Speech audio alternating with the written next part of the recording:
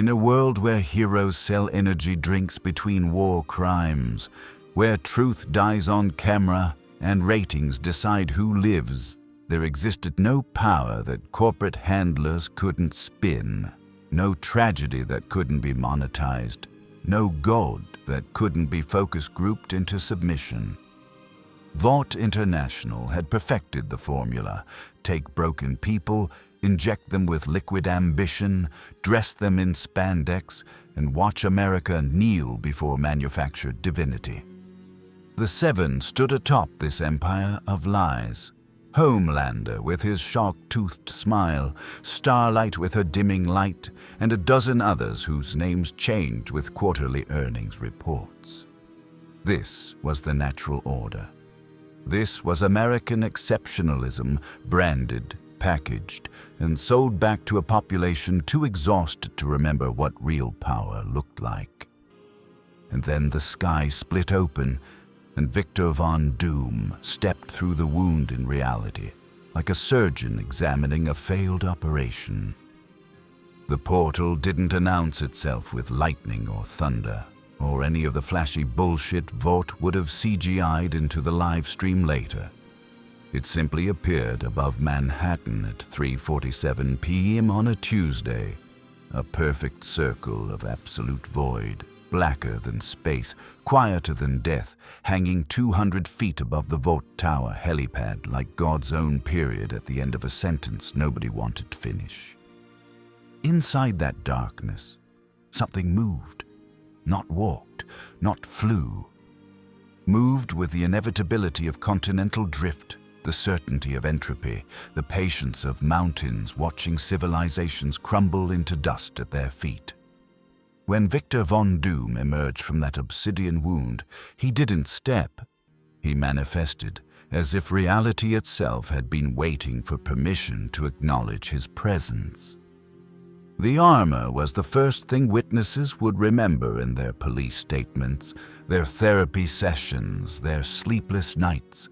Forest green metal that seemed to drink light rather than reflect it, a hood and mask that suggested a face beneath while promising you'd die before seeing it, and a cape that hung like a judge's robe on a man who'd already delivered your verdict. He didn't descend. Gravity simply rearranged itself around him. Each step fell on nothing, on air molecules that suddenly remembered they could be solid, and Doom walked down an invisible staircase that existed purely because he decided it should. 20 feet above the helipad. 15. 10. His boots touched concrete with a sound like a cathedral door closing, final and irrevocable, and for exactly 4 seconds, Manhattan held its breath. Then every screen in the city changed. Every billboard, every phone, every television in every sports bar, every taxi monitor, every Times Square advertisement that usually screamed about why you should care that Homelander saved a bus full of nuns from a bridge he'd probably damaged himself. All of it went black. And then, just audio. A voice that sounded like marble cracking in a cathedral, like aristocracy distilled into syllables, like a man who'd argued with God and won, "I am Doom, and this..." A pause. Not for effect. Doom didn't need effect. He paused because even he needed a moment to find language sufficient for his contempt.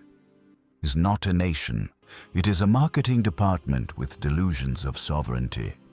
A boardroom that learned to bleed. A focus group that calls itself freedom. The screens stayed black. The voice continued, patient as cancer. You have built temples to mediocrity. You have crowned cowards. You have mistaken brand recognition for divinity and called it patriotism. You have taken the extraordinary and made it ordinary. That last word landed like a guillotine. I am Victor Von Doom, sovereign lord of Latveria. Master of Sciences, your universities will classify in 300 years. Inheritor of powers your gods abandoned when they realized what worship truly costs. I have conquered demons. I have negotiated with death. I've stood before eternity and demanded revision. Another pause. Shorter. Crueler. And I find myself disappointed by your spectacle. The broadcast ended. The screens returned to their regularly scheduled propaganda, a shampoo commercial featuring Starlight's smile, a promo for Homelander's upcoming interview with Cameron Coleman, the usual anesthetic of choreographed hope. But something had changed in the air over Manhattan. Something that made animals in Central Park Zoo go silent, made birds alter their migration patterns, made every person with functional survival instincts look up at that tower and think without knowing why. Something is ending. Something is beginning. And we're not ready for either. Inside Vought Tower, 73 floors of glass and steel erected as a monument to the idea that heroism could be quarterly earnings, Ashley Barrett was having what she'd later described to her therapist as a Category 5 panic attack wearing human skin. Her phone was ringing. All of her phones were ringing. The assistant director of marketing was crying in the stairwell. The social media team had barricaded themselves in the break room, and every major news outlet in the Western Hemisphere was demanding a statement about the armored man who just called America a failed branding exercise while standing on their roof. "Is he a Supe?" she barked at the intelligence analyst, whose name she'd never bothered to learn. "Can we brand him? Doom. It's dark. It's edgy. It's very premium tier. We could—" "He's not in our database," the analyst stammered, scrolling through files that suddenly felt inadequate. No known compound via exposure, no family history, no social media presence. He doesn't exist in our system. Everyone exists in our system. Ashley's voice cracked like safety glass. We have files on everyone from actual gods to the kid who does backflips on TikTok. Who is this? But nobody had an answer. Because Victor Von Doom hadn't asked permission to exist in their world. He'd simply decided it was beneath him and shown up anyway. 97 floors above that panic, in an office designed to remind visitors that they were insects, and Stan Edgar was the boot. The CEO of Vought International sat behind a desk worth more than most people's houses and watched the rooftop camera feed with the expression of a man evaluating a particularly interesting chess problem. He'd paused the footage at the moment Doom's boots touched concrete, rewound it, watched again. The way the man moved suggested either complete confidence or complete insanity, and Edgar had built an empire by knowing the difference. This was something else. Confidence implied awareness of risk. Doom moved like risk was a concept invented for lesser beings. "Sir?" His assistant's voice crackled through the intercom. "Security wants to know if they should—" "No." Edgar pressed a button, still watching the frozen frame of Doom's arrival. "Do nothing. Schedule a meeting." With him? With someone who walks on air and broadcasts to every screen in the city without touching a keyboard. Edgar's smile was the kind sharks would study for inspiration. "Yes, I want to meet him. If he's delusional, we'll use him. If he's powerful, we'll buy him. If he's both," the smile widened, "we'll make him a franchise." But Victor Von Doom was not interested in meetings. While Ashley spiraled and Edgar calculated, and 20 different Vought departments tried to spin his arrival into something palatable for the stockholders, Doom stood on that helipad, and did something that would haunt Vought's legal team for months. He claimed it, not with lawyers, not with contracts, with magic older than their nation and technology their engineers would need 300 years to understand. He drove his gauntleted fist into the concrete, not breaking it, not damaging it, just touching it with intent, and the rooftop changed. The surface rippled like liquid metal, then solidified into something that had never existed in this reality. A perfect circle of symbols that predated language, circuit patterns that defied physics, and at the center, a flagpole growing from the stone that had been steel 3 seconds ago. The flag that unfurled in wind that shouldn't have existed this high up was forest green and bore a simple crest. A mask, a mountain, and a single word in a language most of Earth didn't speak. Latvian diplomats would later translate it as doom. Constitutional scholars would call it an act of war. But really, it was much simpler than that. It was a man planting his flag in territory he'd already decided was his and daring the world to make him move.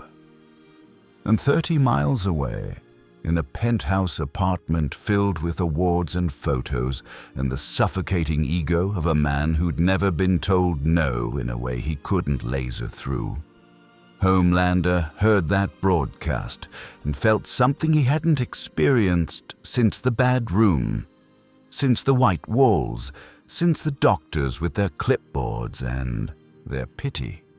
He felt small. He stood at his window, still in costume because he'd been about to fly to a charity event. Some cancer kids who'd get to meet their hero before they died, and Vought could harvest the footage for the next emotional appeal ad. And his hands were shaking. Not from fear. Homelander didn't do fear. But from something worse. Recognition. That voice on every screen, that contempt that felt like being seen, truly seen, for exactly what you were and found wanting. That was the sound of someone who didn't need approval, who didn't need love, who existed in a space beyond validation, beyond the desperate hunger that woke Homelander at 3 a.m., wondering if the crowds would still cheer tomorrow. "He called us ordinary," Homelander whispered to his reflection, to the city, to whatever cosmic joke had decided this particular Tuesday should be different. His eyes flickered red, just for a moment, heat vision warming behind his eyelids like tears he'd never learned to cry. He called me ordinary. And somewhere in that statement was a question he'd never asked before, a doubt that felt like acid in his throat. What if he's right? If you're hooked on crossovers that respect both universes, that dig into power dynamics and psychological warfare instead of just punching until someone wins, then you need to smash that subscribe button right now. We're building the greatest what-if library on YouTube. Wolverine in Mass Effect, Master Chief in Suicide Squad, and now this. The day a real monarch walked into a corporate dictatorship and told them exactly what they were. Comment your dream matchup below and hit the bell, because this story is just getting started. And trust me, you do not want to miss what Doom does next. Back on that rooftop, Victor Von Doom stood beneath his flag and allowed himself something rare. A moment of genuine curiosity. He'd expected many things when he'd torn open the barriers between realities. Resistance, perhaps. Competence, ideally. Even hostility would have been refreshing. But this world where the powerful dressed in circus costumes and answered to shareholders, where gods filed taxes and genocide was a quarterly projections problem, it was almost quaint. He reached up with one gauntleted hand and touched the mask that hadn't left his face since the day his brilliance had exceeded his caution, since the day he'd learned that some prices are paid in flesh, and beauty is a luxury afforded to those who never reach for greatness. Beneath the metal, scars that would make surgeons weep. Beneath the scars, a mind that had reshaped reality through will alone. And beneath that mind, something he'd never admitted to another living soul. Hope. Hope that somewhere in the infinite multiverse, he'd find a world that needed him. Not wanted. Wanting was for beggars and democracies. But needed. A world so broken, so corrupt, so perfectly positioned on the edge of collapse that only his particular blend of genius, tyranny, and unwavering conviction could save it from itself.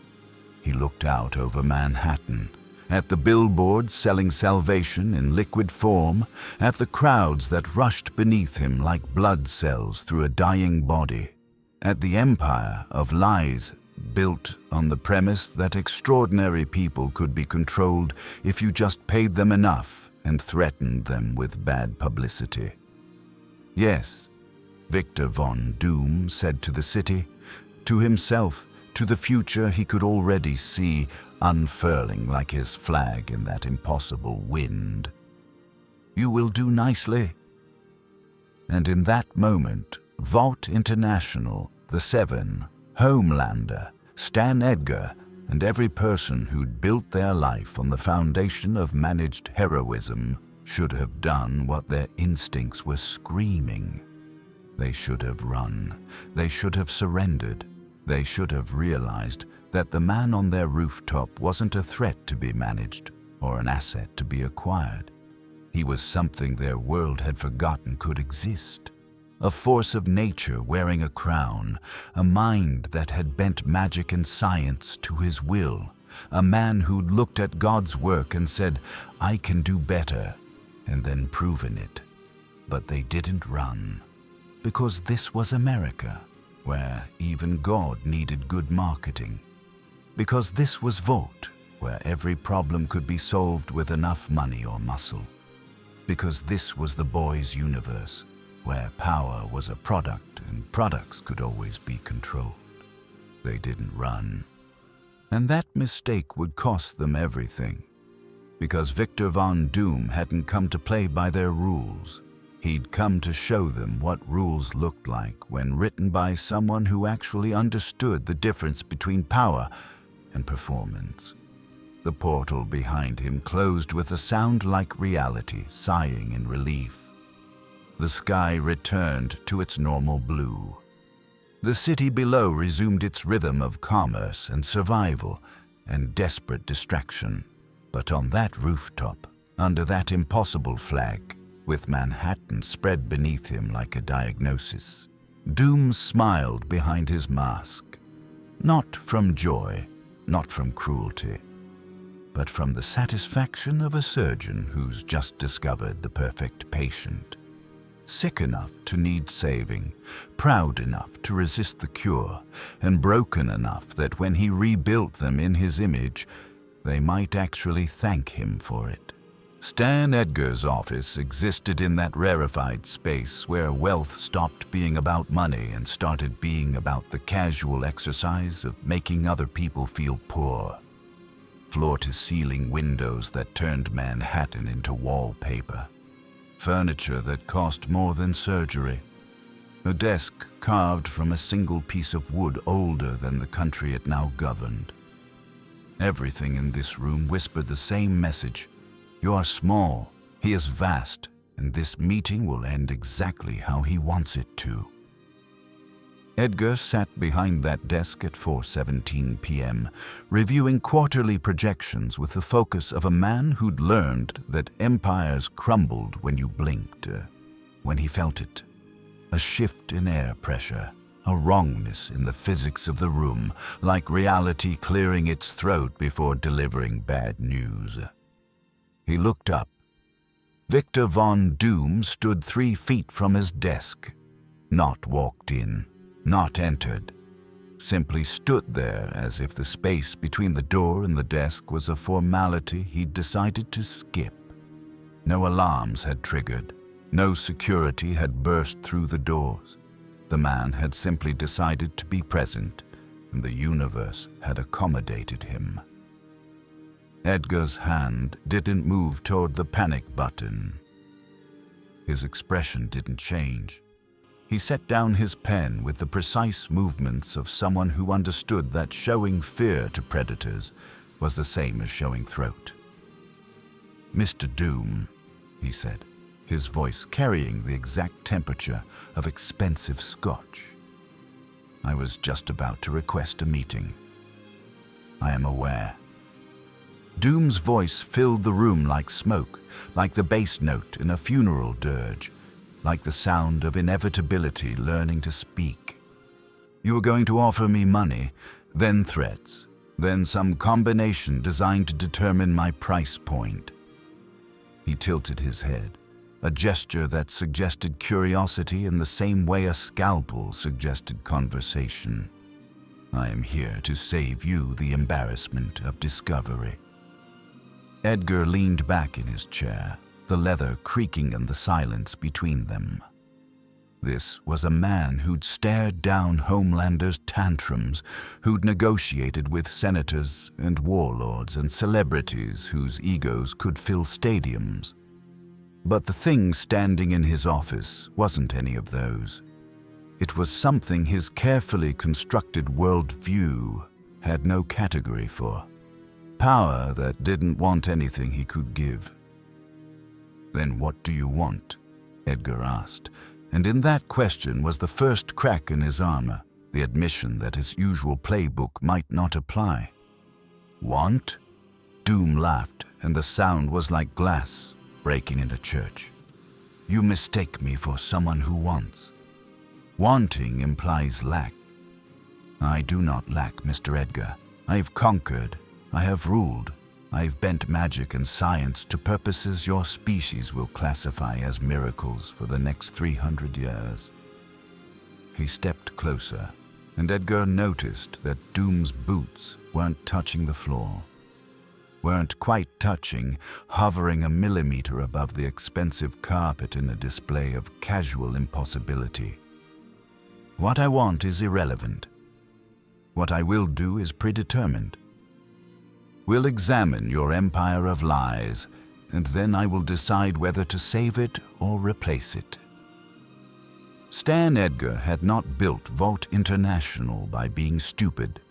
He'd done it by being patient, calculating, and willing to recognize when the game had changed before his opponents realized a new game was being played, so he did something that would have shocked every person who'd ever sat across from this desk. He told the truth. "We're not an empire. We're a business. We take people with abilities and make them profitable. That's not evil. That's just American." "Precisely," Doom said, and in that single word was more contempt than most men expressed in a lifetime. "You have taken the extraordinary and made it ordinary. You have taken godhood and given it quarterly earnings reports. You have looked at human evolution and asked, how do we monetize this?" He leaned forward, close enough that Edgar could see his reflection distorted in that metal mask. "You are not evil, Mr. Edgar. You are something worse. You are boring." The insult landed harder than any threat could have. Edgar's jaw tightened, barely, just enough to show that beneath the corporate armor was a man who'd spent his entire life being the smartest person in every room, and here was someone dismissing his intelligence as pedestrian. "If we're so boring," Edgar said carefully, "why are you here?" "Because boring failures are predictable, and predictable failures can be useful." Doom straightened, his cape settling around him like a judge's robes. "I'm establishing an embassy, Latverian sovereign territory, recognized by international law. It will occupy 12 square blocks of Manhattan, beginning with this tower. This tower belongs to Vought. This tower belongs to shareholders who will sell when I offer them triple market value, which I will do in approximately... Doom glanced at a watch that didn't exist on his armored wrist. 4 minutes. The purchase will be routed through 17 shell corporations across 9 countries, each transaction legal, each document filed correctly, each signature authentic. By 6 p.m. tonight, this building will be Latverian property, and you, Mr. Edgar, will be trespassing. Edgar's mind raced through legal frameworks, international law, the board members he'd need to call, the senators he'd need to buy, the media narrative he'd need to craft. It would take weeks to untangle, months to fight, and by then, "You're wondering if you can stop this," Doom said, reading him like a quarterly report. "You cannot. I've already filed the paperwork with the United Nations. I've already secured recognition from 47 nations who suddenly discovered their debt to the IMF had been mysteriously forgiven. I've already established diplomatic immunity that your government will recognize because the alternative is revealing how easily I accessed their financial systems." He turned toward the window, looking out over the city like a general surveying a battlefield. "You think in quarters, Mr. Edgar. I think in centuries. By the time you understand what move I've made, I've already won the game you didn't know we were playing." 30 floors below, in a conference room that smelled like fear and expensive coffee, Ashley Barrett was doing what she did best, lying with conviction to people who knew she was lying, but needed to hear the lie anyway. The emergency board meeting had been called 10 minutes after Doom's broadcast, and every executive who'd ignored her calls during their vacations had suddenly materialized like concerned cockroaches when the kitchen light turned off. "It's a publicity stunt," Ashley said, her smile so forced it could have been used for demolition. "Some tech billionaire with a god complex and a really good special effects team. We're tracking down his real identity, and once we do, we'll..." "He appeared on our roof," said Jenkins from marketing, a man whose only skill was finding new ways to say nothing with confidence. "He broadcast to every screen in the city. Our security couldn't detect him. Our systems couldn't block him. That's not special effects, Ashley. That's an opportunity." Ashley's voice cracked like ice on a windshield, but she pushed through because stopping meant thinking, and thinking meant realizing how thoroughly fucked they all were. "He called us ordinary. That's brand engagement. That's conversation. By tomorrow morning, we'll have Homelander confront him. We'll live stream the whole thing. And when Homelander teaches this cosplay dictator about real American power, our ratings will..." The lights went out. Every screen in the conference room flickered to life, showing a single image. The Vought Tower roof. Live feed, with that green flag whipping in wind that shouldn't exist, and beneath it, in text that appeared in every language simultaneously, "Latverian Embassy, Sovereign Territory. Trespassers will be educated." The lights came back on, the screens returned to normal, and in the silence that followed, Ashley heard something she'd never heard before in a Vought conference room. Genuine fear. "Get Homelander," someone whispered. "Get Homelander and end this before it starts." But Homelander was already moving. He'd been watching the news coverage from his penthouse, watching nobodies on cable dissect Doom's broadcast, watching Twitter explode with speculation, watching his own name trend third, behind Doom and Vought tower under siege, and the rage had built in his chest like a star going supernova. He didn't bother with the door. He went through the window, glass exploding outward in a shower that would rain down on the street below like the world's most dangerous confetti. And he launched toward Vought Tower at speeds that left sonic booms cracking across Manhattan like God's knuckles popping. The flight took 11 seconds. In those 11 seconds, Homelander ran through the script in his head. Land hard, dramatic entrance, probably in front of cameras because there were always cameras. Grab this doom asshole by the throat, lift him up, let him struggle, let him realize he'd picked the wrong hero to fuck with. Maybe don't kill him, bad optics, but definitely humiliate him. Definitely make him bleed a little. Make sure everyone saw that the real power in this city wore red, white, and blue, not some Renaissance fair rejects green and gray. He landed on the helipad with enough force to crack concrete, his eyes already glowing red, his smile already locked into that American hero expression he'd perfected for the cameras. "Okay, Your Majesty," Homelander announced, loud enough for the news helicopters that were definitely circling to pick up. "Fun's over. Time to..."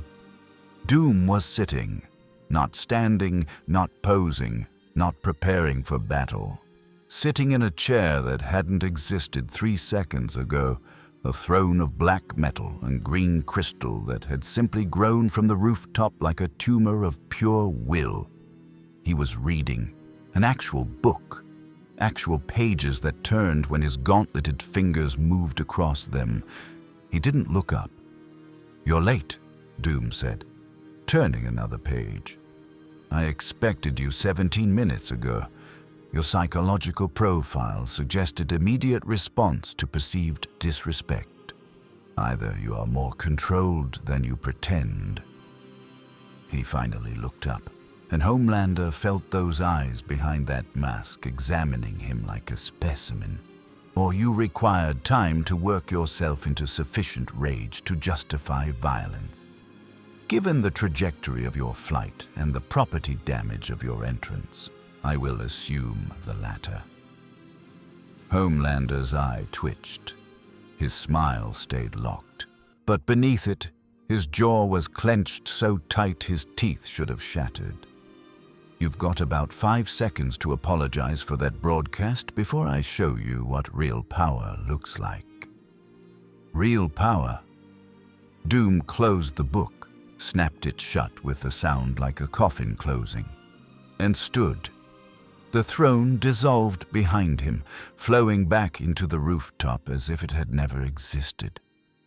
You believe you possess real power because you can fly and burn and crush. You are a child who found a gun and thinks himself armed. He took a step forward. Homelander didn't take a step back, but every instinct in his body was screaming retreat, abort, wrong, wrong, wrong. Real power is not strength, boy. It is certainty. It is looking at the universe and knowing, not believing, knowing that it will bend because you have decided it must. Another step. The air between them felt heavy, charged, like the moment before lightning struck. You have strength. I have power. They are not the same thing. I could laser you in half before you finished that sentence. Homelander's voice was supposed to sound threatening. It came out defensive instead. Yes. Doom's agreement somehow made it worse. You could. Your optical heat beams operate at approximately 5800 Kelvin based on observed structural damage to steel. Sufficient to bisect my armor and the flesh beneath. You are cataloging the ways you could kill me, running through scenarios where my blood decorates this rooftop and you emerge victorious. A pause. But you will not. Why? The question came out before Homelander could stop it, and in that single word was a lifetime of conditioning, of being told what to do, of having handlers and scripts and approved talking points. Give me one good reason. Because, Doom said, and his hand moved, not fast, not threatening, just moved, and suddenly he was holding something that hadn't been in his hand a second ago. A remote, sleek and black and humming with energy that made the air around it shimmer. I have just purchased this tower, and if you damage my property, I will do something you fear more than death. Homelander laughed, but it sounded hollow even to himself. Nothing scares me. I will tell them the truth. The world stopped. The helicopters kept circling. The city kept breathing, but in that moment, on that rooftop, between those two men, everything froze. I've accessed every file Vought has compiled on you, Doom continued, his voice dropping to something almost gentle, almost pitying. Every moment in the laboratory, every failed social interaction, every time you cried when they locked you in that room, every desperate attempt to make them love you. He tilted his head. Every time you failed. Homelander's hands were shaking. His eyes were blazing red but not firing, like the trigger was pulled but the gun had forgotten how to shoot. You're lying. I never lie. Lying is for people who fear the consequences of truth.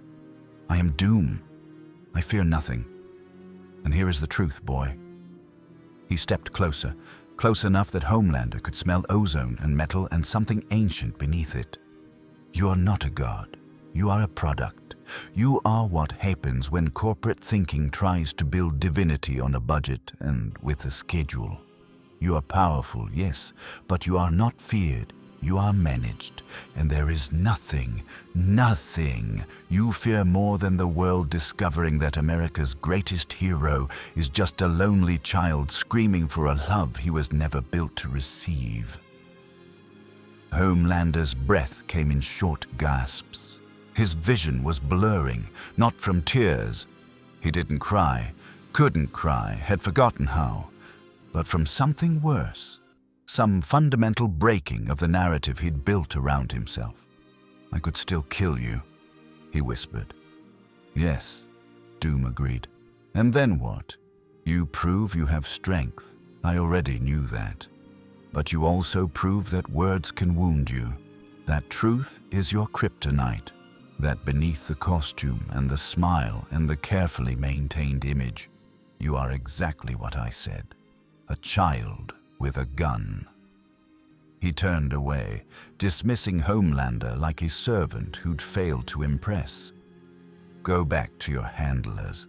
Tell them I am not interested in their games.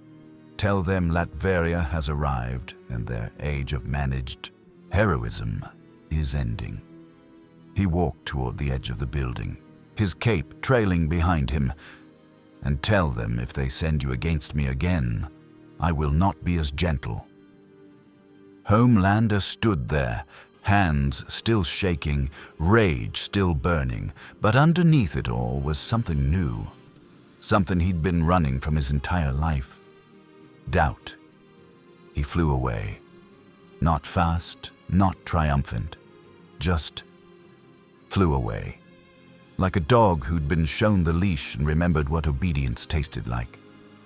And Victor Von Doom watched him go with something that might have been satisfaction, might have been contempt, might have been both. Yes, he said to the city, to the flag whipping above him, to the future he was carving from the corpse of their present. You will all do nicely. The news cycle moved like a feeding frenzy, like sharks that had tasted blood in water already thick with chum, and by 7 p.m. every major network was running the same footage on loop. Homelander landing on the Vought tower roof, Homelander facing down the armored figure, Homelander flying away less than 4 minutes later without throwing a single punch. The commentators tried to spin it. Tactical retreat, assessing the situation, choosing not to engage in unnecessary violence. But anyone with eyes could see what had actually happened.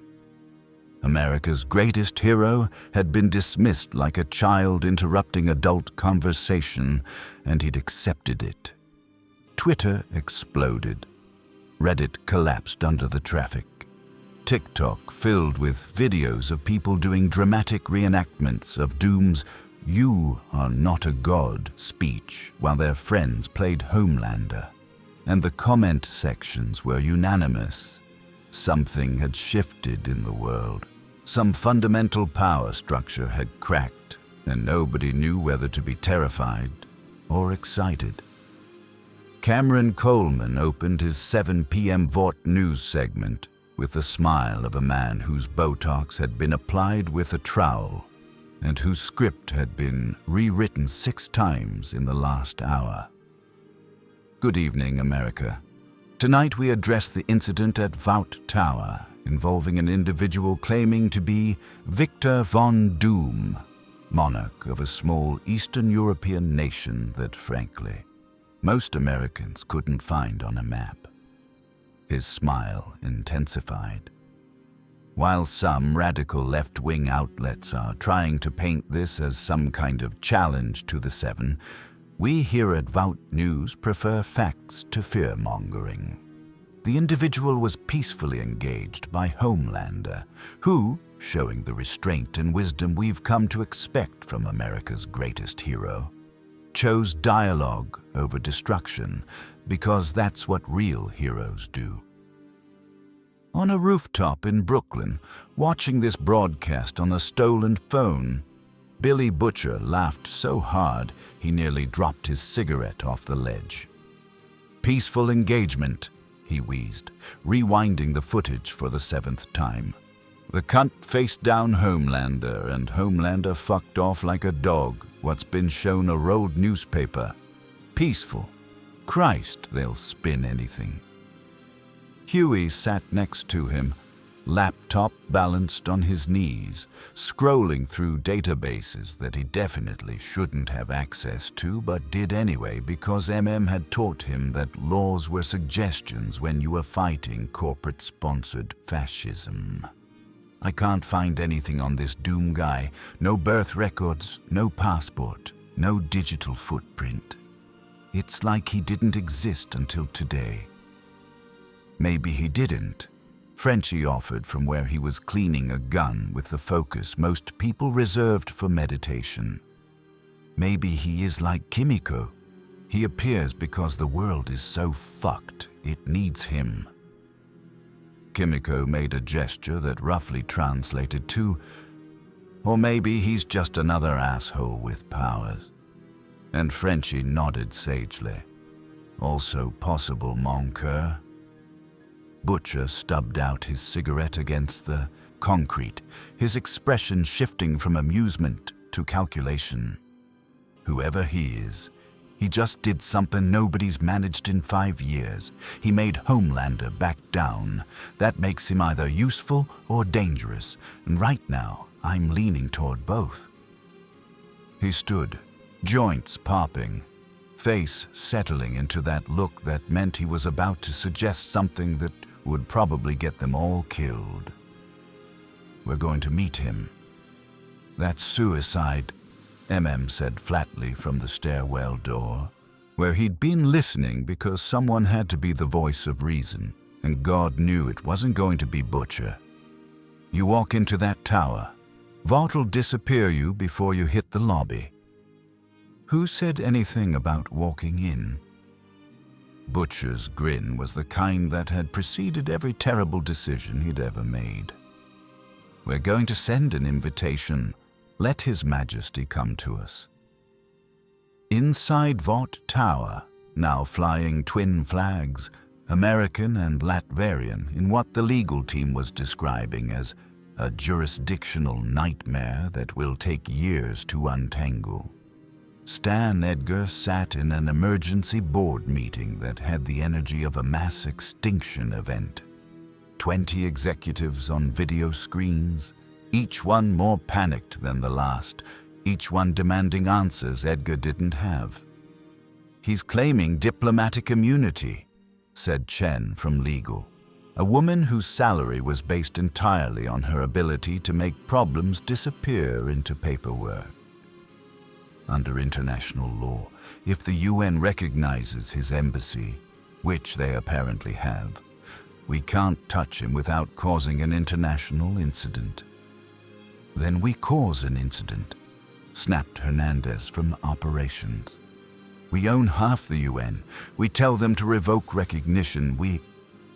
He paid off their debts," Edgar interrupted, his voice cutting through the chaos like a scalpel through soft tissue.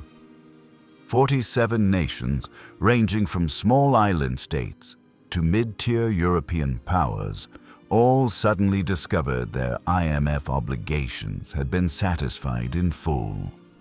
The kind of transaction that should have taken months happened in under an hour.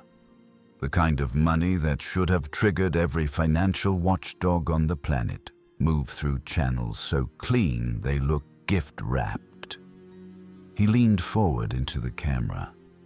"Which means we're not dealing with a lone actor.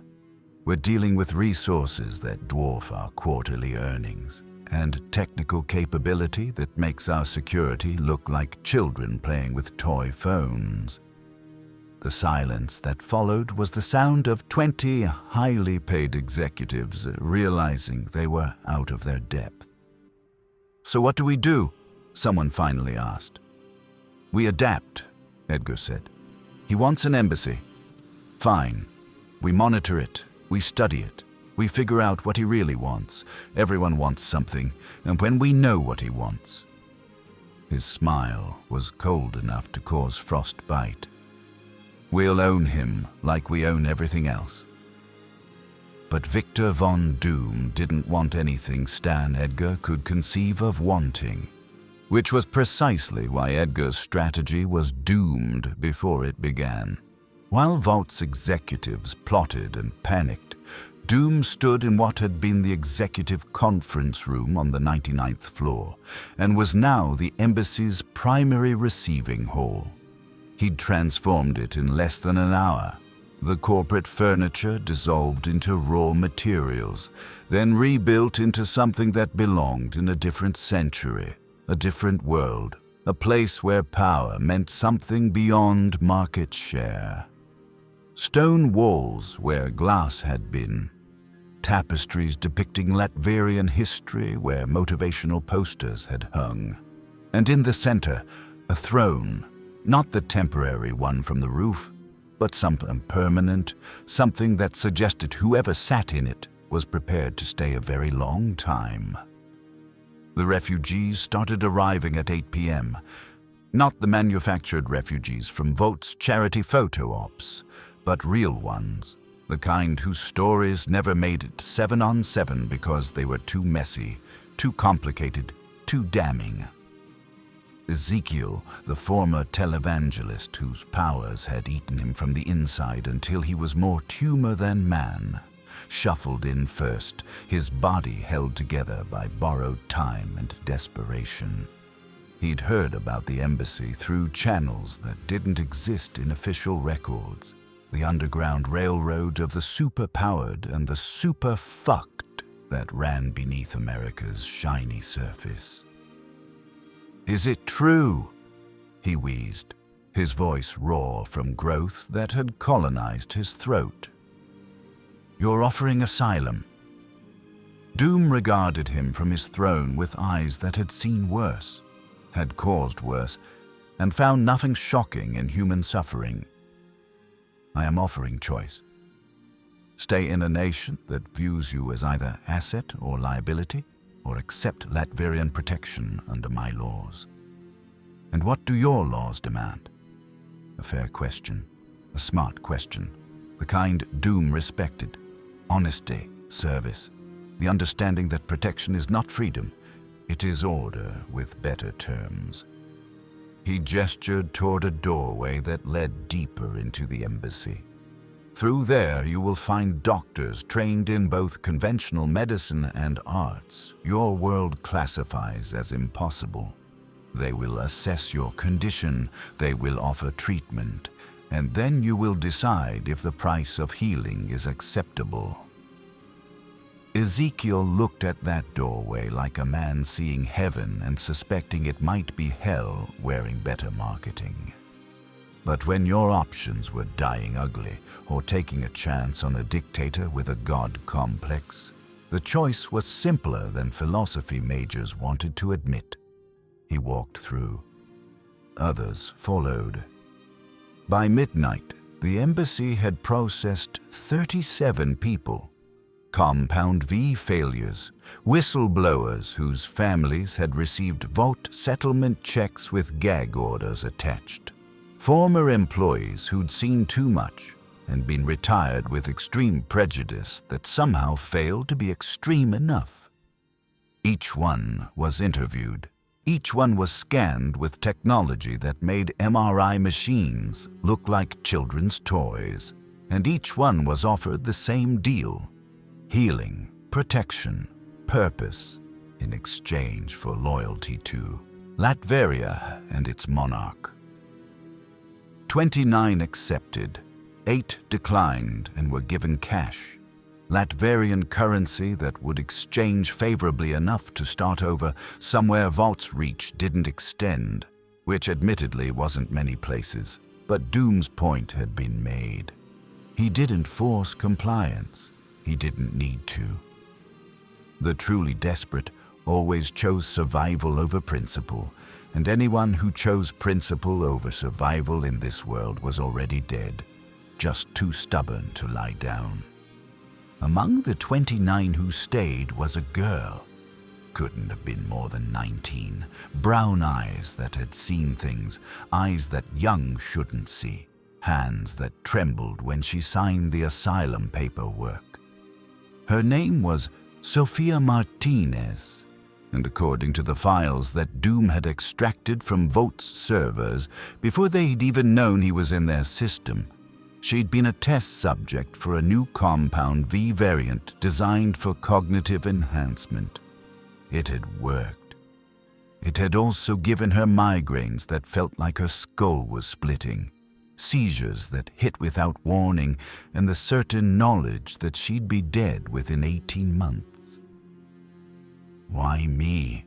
she asked after the doctors had finished their examination. After they'd injected her with something that made the pain recede for the first time in 2 years, after she'd been shown to quarters that were nicer than anywhere she'd ever lived. "Why save any of us?" Doom stood at the window of his throne room, looking out over Manhattan with the expression of a man calculating trajectories, planning moves 17 steps ahead, seeing futures that hadn't been determined yet, but would be because he decided they must be. "Because Vought International represents a particular kind of evil that offends me professionally," he said without turning around. "They found the extraordinary and made it ordinary. They took evolution and turned it into product testing. They have committed the cardinal sin of waste. Wasting potential, wasting power, wasting the future for quarterly profits." He turned then, and Sophia saw something in his posture that surprised her. Genuine anger, the kind that burned cold instead of hot. "I do not save you out of compassion, Miss Martinez. I save you because you are proof of their failure. Because every person I heal is a person they broke. Because when I am finished with this world, I want them to see exactly how much potential they squandered in pursuit of shareholders' approval." The message reached Billy Butcher at 1:47 a.m., delivered via methods that security setup shouldn't have allowed, but did anyway because apparently Doom's technical capabilities included hacking reality itself. It appeared on every screen in their safe house simultaneously. Laptop, phone, the television that didn't even have a working cable connection. Just text, white on black. The embassy recognizes your organization as potentially useful. An audience will be granted at your convenience. Come alone or in force, armed or peaceful. Doom does not fear, and therefore does not restrict. Well, Butcher said, staring at the screen with the expression of a man being offered exactly what he'd wanted and suspecting it would cost more than he'd bargained for. That's either opportunity knocking or the Grim Reaper getting creative. Either way, he grabbed his coat. I'm answering the fucking door. You're going alone, MM said. Not a question. Statement of fact, because he'd known Butcher long enough to recognize suicide missions disguised as tactical decisions. Like hell you are. He said alone or in force. That means he's got something to say that's either too sensitive for crowds or he's planning to kill whoever shows up and wants to see how many body bags he needs to order. Butcher checked his pistol. More habit than strategy, because if Doom wanted him dead, a 9mm wasn't going to be the difference between breathing and bleeding out. Besides, someone needs to stay here in case this is a trap. You lot are the only thing between Vought and victory, and I'm not having my legacy be got everyone killed meeting a costume dictator at 2 a.m. Your legacy is already massive asshole with occasional good intentions, Huey muttered, but he didn't try to stop Butcher from leaving. Nobody did. Because they all knew that whatever was happening, whatever Doom represented, whatever shift was occurring in the power structure of their fucked up world, Billy Butcher needed to be in the room where it happened, even if that room was a throne room in an embassy that shouldn't exist, meeting a man who'd made Homelander retreat with nothing but words. The walk to Vought Tower took 20 minutes through streets that never really slept, just transitioned from commerce to different kinds of commerce. The kind that happened in shadows and involved substances Vought probably manufactured in between batches of Compound V. Security stopped Butcher at the lobby. 2 guys in suits with earpieces and the kind of augmented muscle mass that suggested either steroids or low-grade soup juice. Building's closed, the bigger one said, his hand resting on a sidearm that probably cost more than Butcher's entire outfit. Embassy business, Butcher replied, holding up his phone with the message still displayed. His Majesty's expecting me. The guards exchanged glances, the kind that said their night had just gotten significantly more complicated than the usual keep homeless people from pissing in the planters routine. One of them spoke into his radio, listened to a response Butcher couldn't hear, then nodded. 99th floor. Elevators unlocked. The ride up was the kind of smooth that suggested the elevator cost more than most people's houses, and Butcher spent it checking his weapons. Gun, knife, backup knife, the knuckle dusters in his left pocket, knowing full well that if Doom wanted him dead, none of it would matter. The doors opened directly into the throne room. No hallway, no reception area. Just immediate presence before royalty. The space was wrong for a corporate building, all stone and shadow, and the kind of lighting that suggested torches, even though the illumination was steady and electric. And on that throne, exactly where Butcher expected him to be, sat Victor Von Doom. Mr. Butcher, Doom said, his voice filling the chamber like smoke. You are precisely on time. I appreciate punctuality. Yeah, well, when the man who made Homelander fuck off asks for a meeting, seems rude to be late. Butcher stepped forward, hands visible, posture casual in the way that suggested either extreme confidence or elaborate suicide. So let's skip the foreplay. What do you want? Direct, efficient, precisely what your psychological profile suggested. Doom stood, and Butcher noticed he was taller than expected. Or maybe the armor added height, or maybe presence could be measured in feet and inches when you carried yourself like gravity was optional. I want to discuss an arrangement. You wish to destroy Vought International. I wish to replace it with something more functional. Our goals align. My goal is killing Homelander, Butcher corrected. Vought's just the tumor growing around the cancer. Homelander is a symptom, not a disease. He's what happens when power is given to those psychologically incapable of wielding it responsibly. Remove him, and Vought will manufacture another. Perhaps not as powerful, perhaps not as visible, but functionally identical. A weapon in a cape, controlled by handlers who understand profit, but not governance. Doom descended from his throne, each step measured, each movement suggesting choreography practiced over centuries.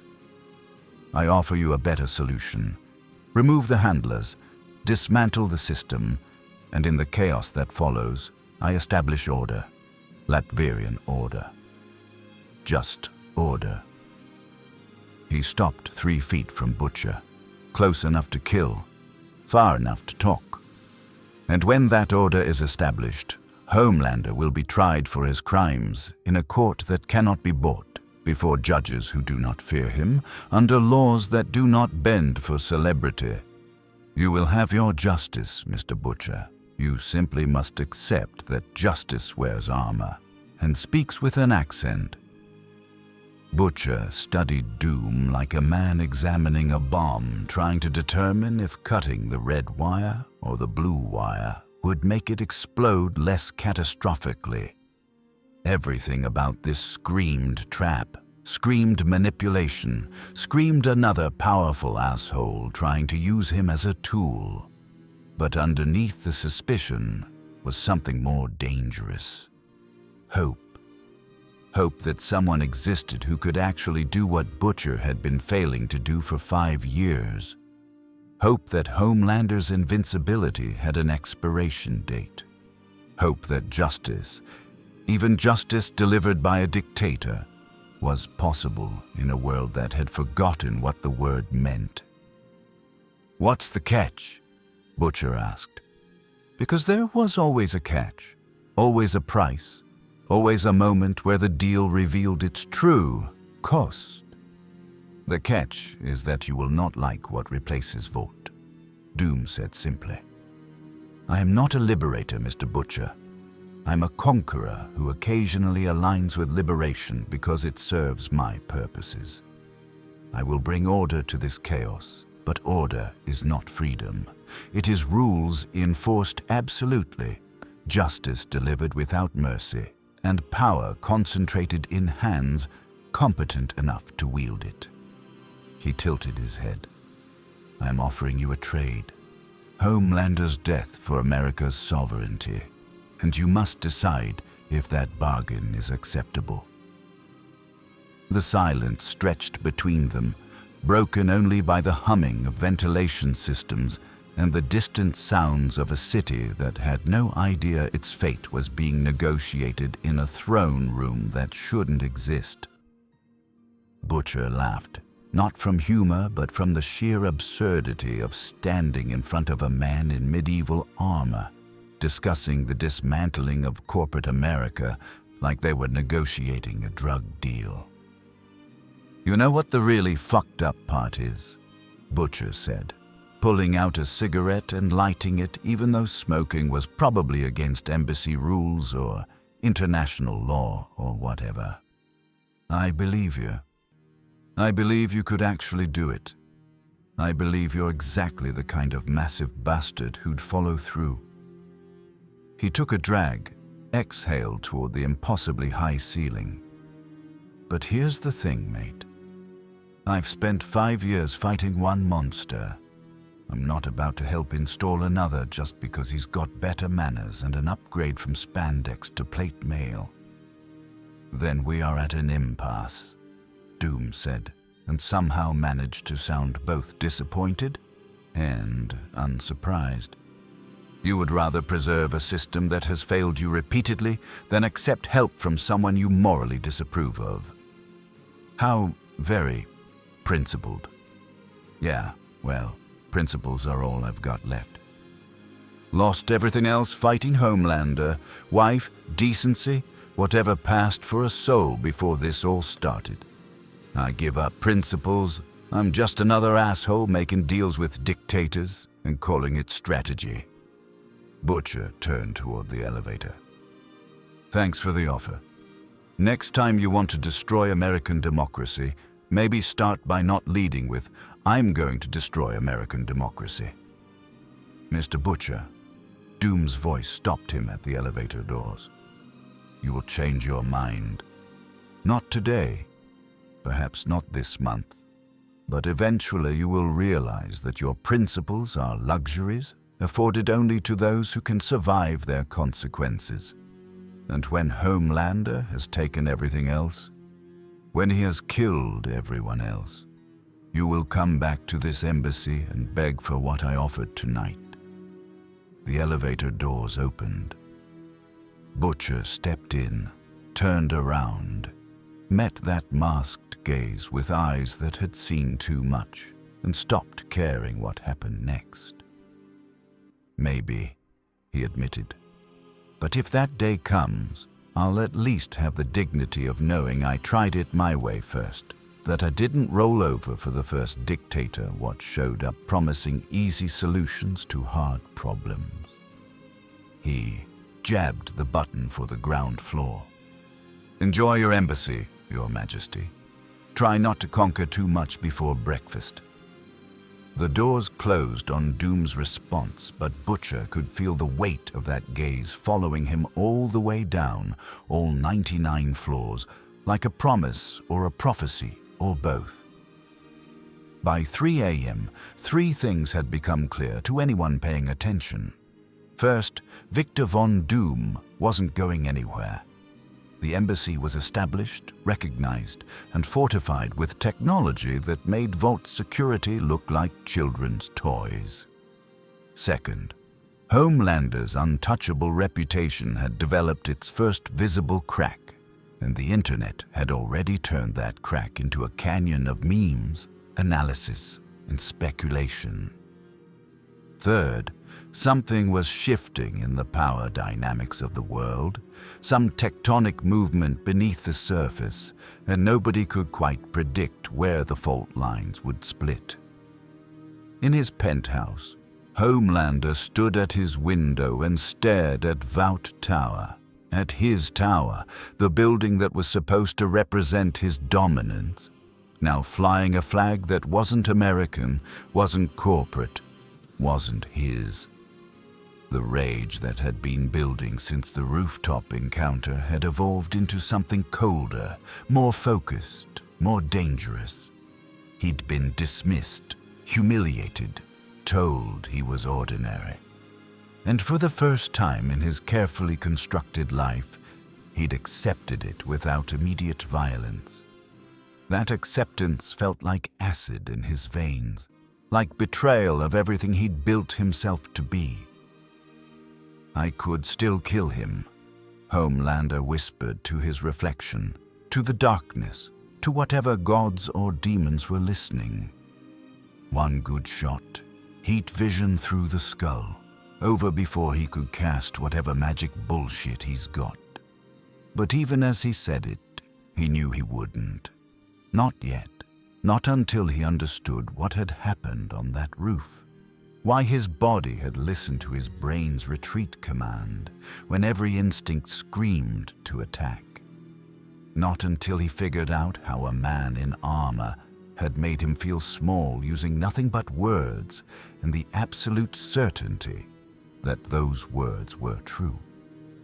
In the embassy, Victor von Doom stood at his window and watched the same city from a different angle, his mind already 17 moves ahead, seeing the board as it would be, not as it was. Billy Butcher had refused his offer, exactly as predicted.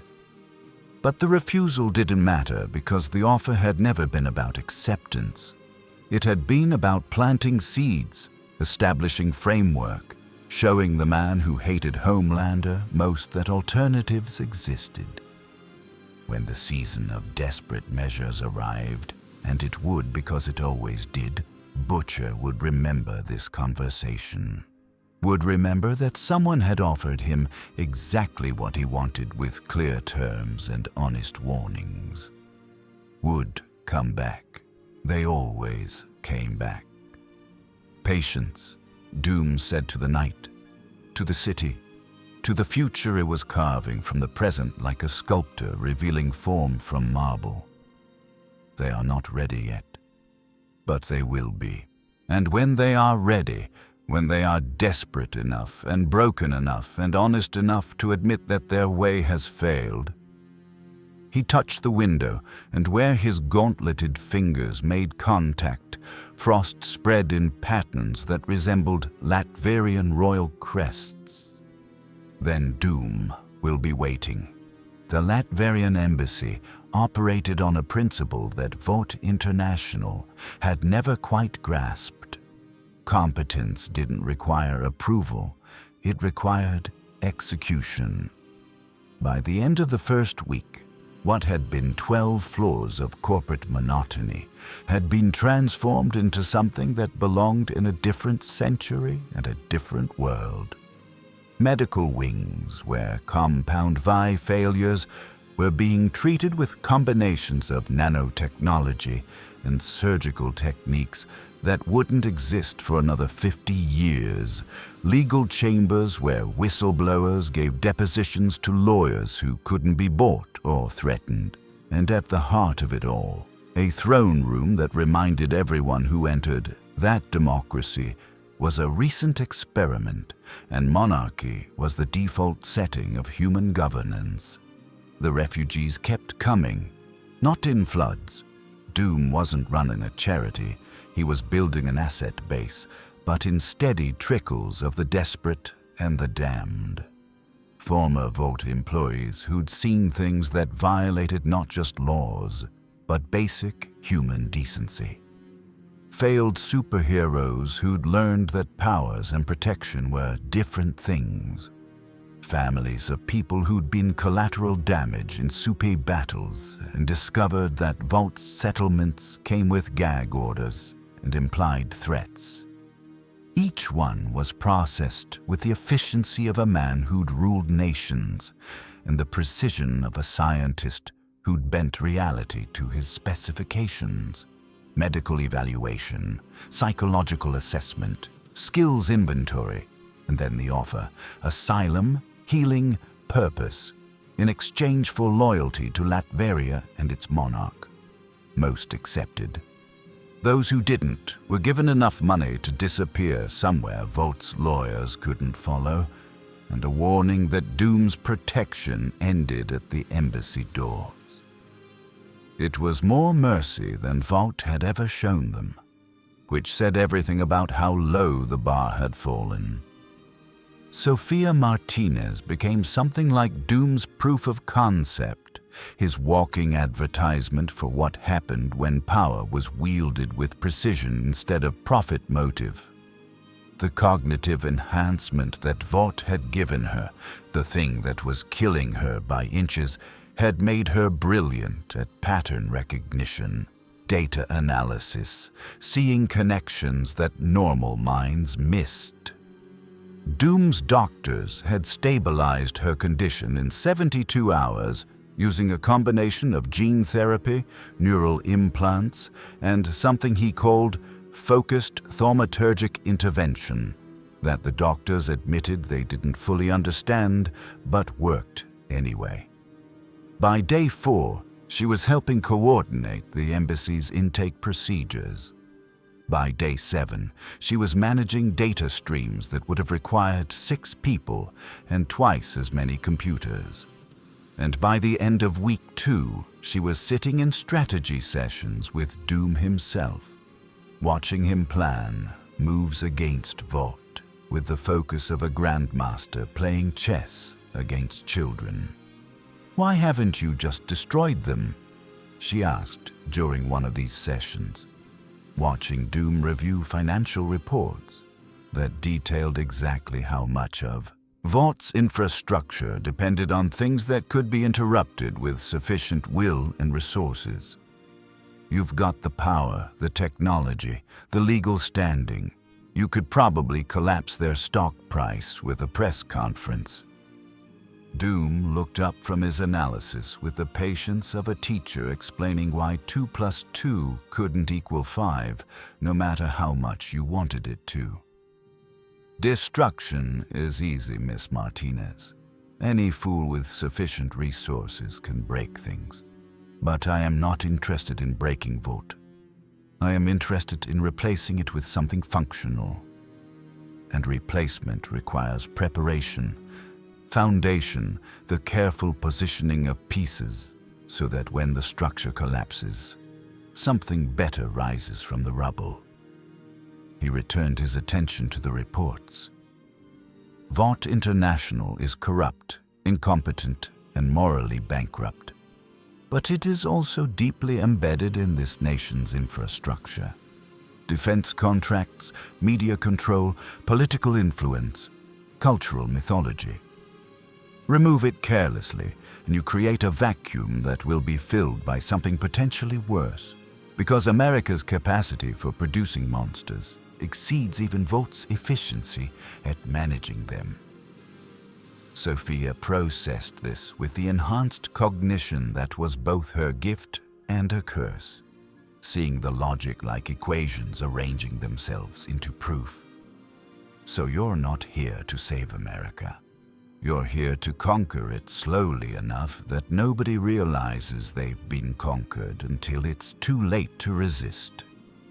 I am here to prove that order is superior to chaos, that competence is preferable to corporate governance, and that absolute power wielded by someone actually qualified to wield it produces better outcomes than democracy's endless compromises with mediocrity." Doom stood, his cape settling around him like a judge's robes. "If that is conquest, then yes, I am conquering. But I prefer to think of it as education through demonstration." The demonstration accelerated on day 12 when Vought made their first real mistake. They sent Black Noir to infiltrate the embassy. He came at 3 a.m. because that's when security was theoretically weakest, through the ventilation systems because that's where sensors were theoretically sparse, with orders to plant surveillance devices and gather intelligence on Doom's capabilities. He made it approximately 40 feet into the ductwork before the defense systems activated. Not alarms.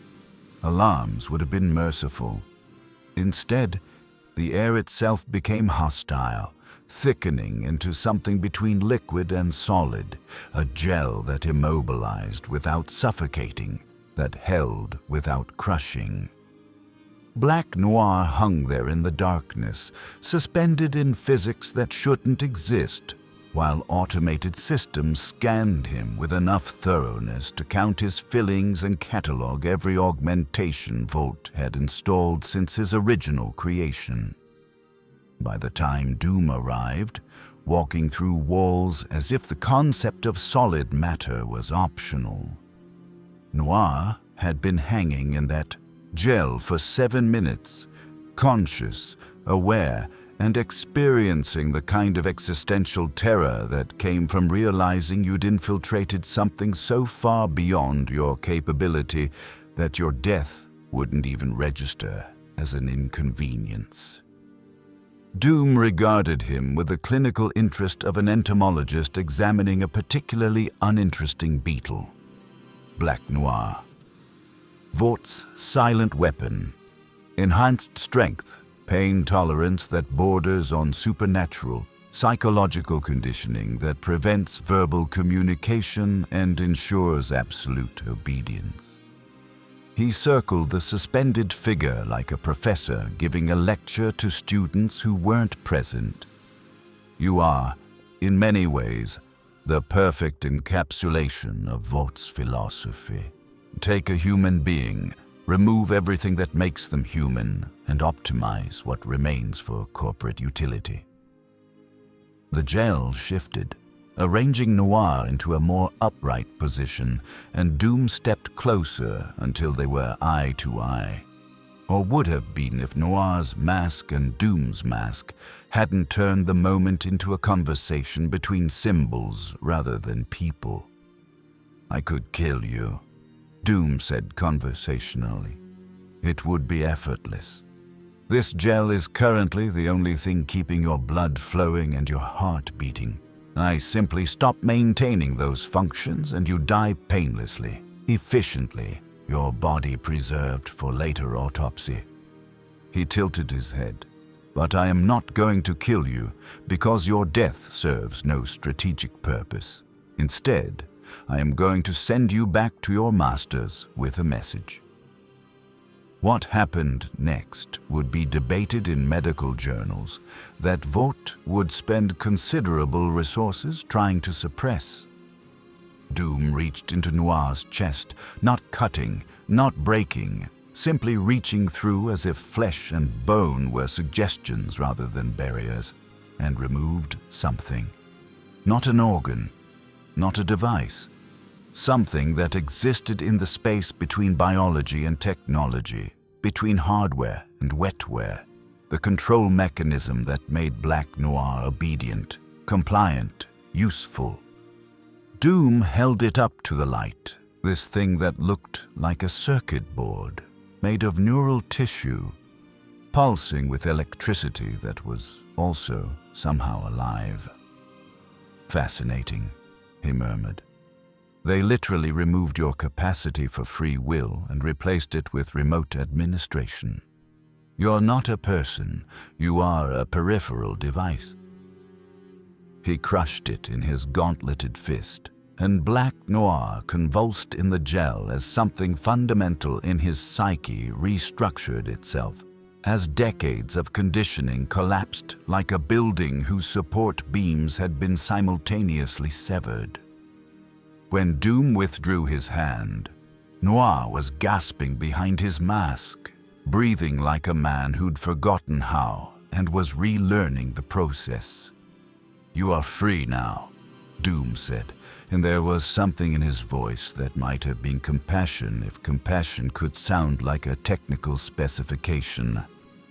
"Free to choose. Free to speak, though I suspect your vocal cords have atrophied from disuse. Free to leave this gel and return, to vote with my message, or free to stay here and accept asylum." The gel loosened. Black Noir dropped to the floor, landed in a crouch, and for several seconds simply stayed there, breathing, processing, experiencing autonomy for the first time in so long that the sensation felt like drowning in reverse. Then he looked up at Doom. Really looked, not the flat assessment of a weapon evaluating a target, but the complex gaze of a person seeing another person, and made a sound that might have been trying to be words but came out as something between a sob and a laugh. He chose to stay. And when morning came, when Vought's tactical team was waiting for Noir's signal that never arrived, what they found instead was Black Noir's empty costume delivered to the lobby in a box with a note written in handwriting that looked like it belonged in a medieval manuscript. "Your weapon is now my citizen. Further infiltration attempts will be met with conversions rather than casualties. Consider this mercy. Doom." Ashley Barrett's breaking point arrived during the emergency meeting that followed, which was really just the latest emergency meeting, in a series that had started the moment Doom's portal had opened, and showed no signs of ending until someone, anyone, figured out how to make this problem go away. She'd been awake for 36 hours. She'd burned through 2 assistants who'd quit rather than deal with a cascading shitstorm. She'd fielded calls from stockholders, senators, and 7 different countries asking why Vought International couldn't control a single man in armor. And now she was staring at Black Noir's empty costume like it was a flag of surrender in a war nobody had agreed to fight. "He converted him," she said, her voice flat, her expression the 1,000-yard stare of someone who'd reached the end of their psychological reserves and discovered there was nothing on the other side but static. He reached into our most conditioned asset and just turned him. Like flipping a switch, like it was easy. Stan Edgar sat across from her with the expression of a man calculating trajectories, running scenarios, trying to find an angle that didn't end with Vaught's complete irrelevance. "We underestimated his capabilities," he admitted, which for Stan Edgar was the equivalent of another man screaming in existential terror.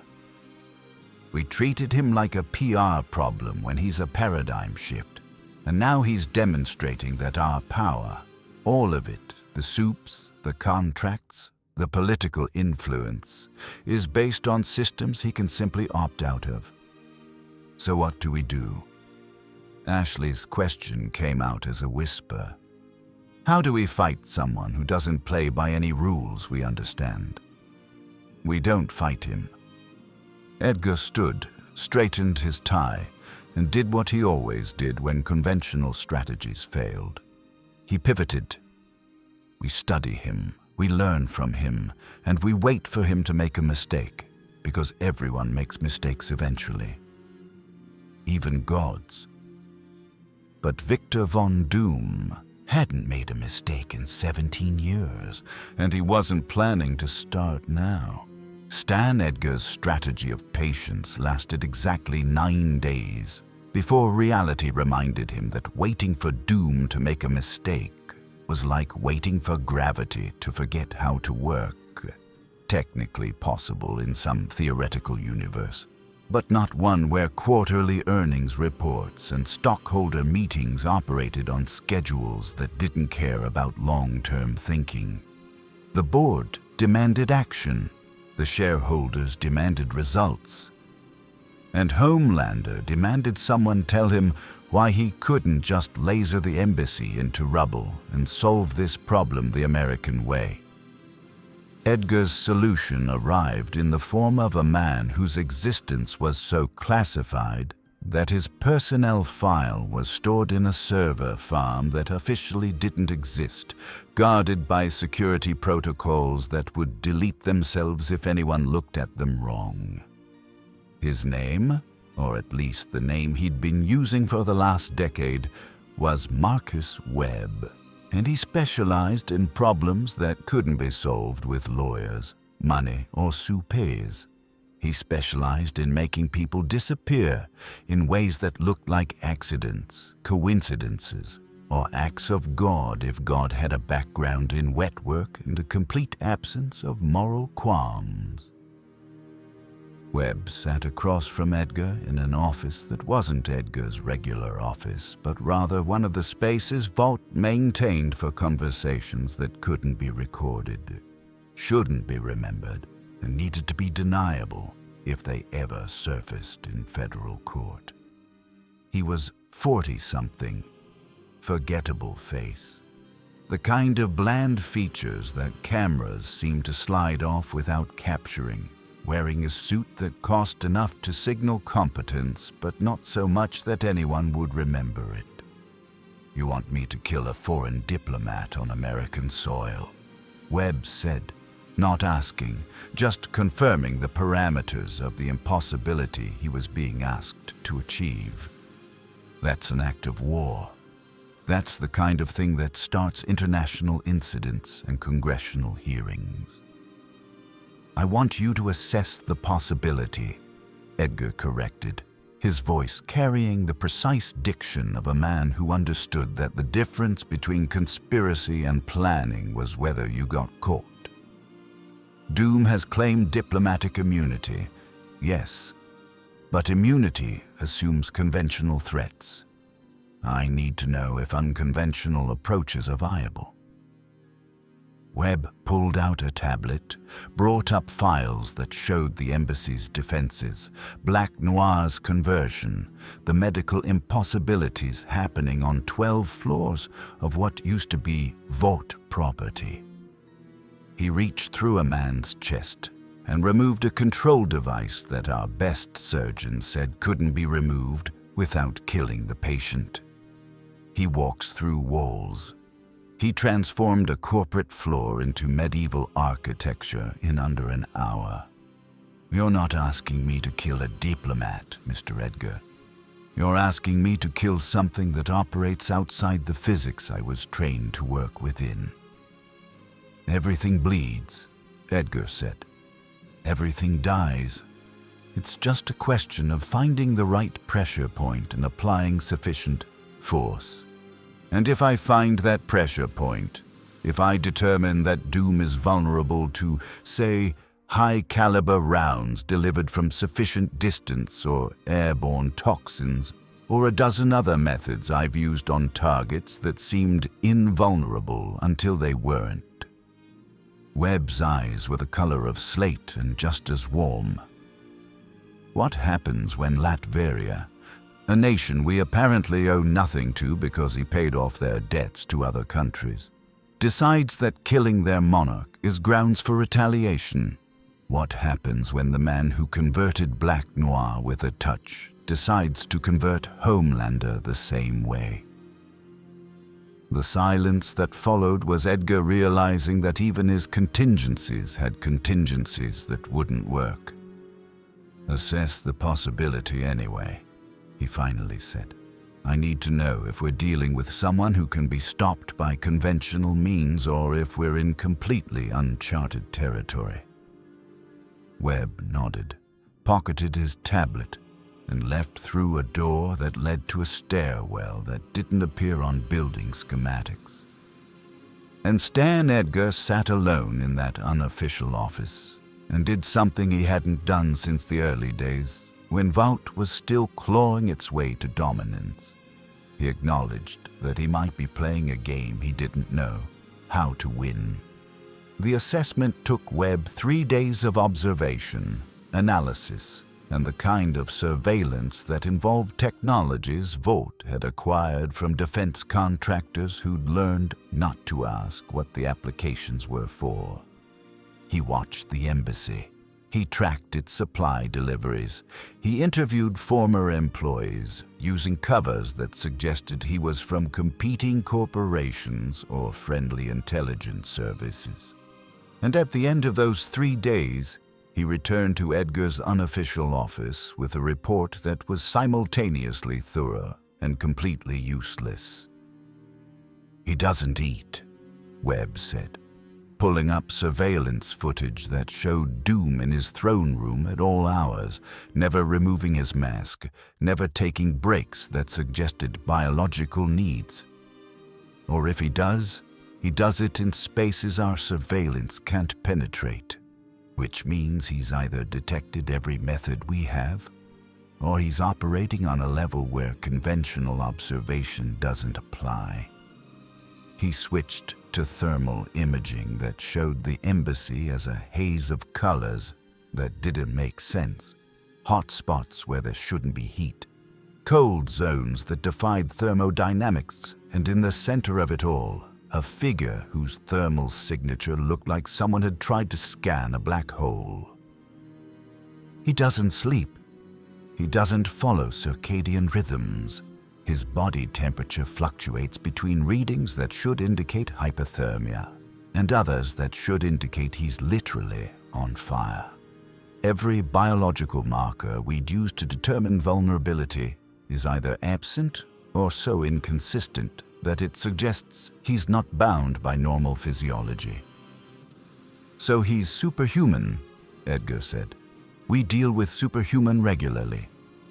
No, Webb's correction was sharp.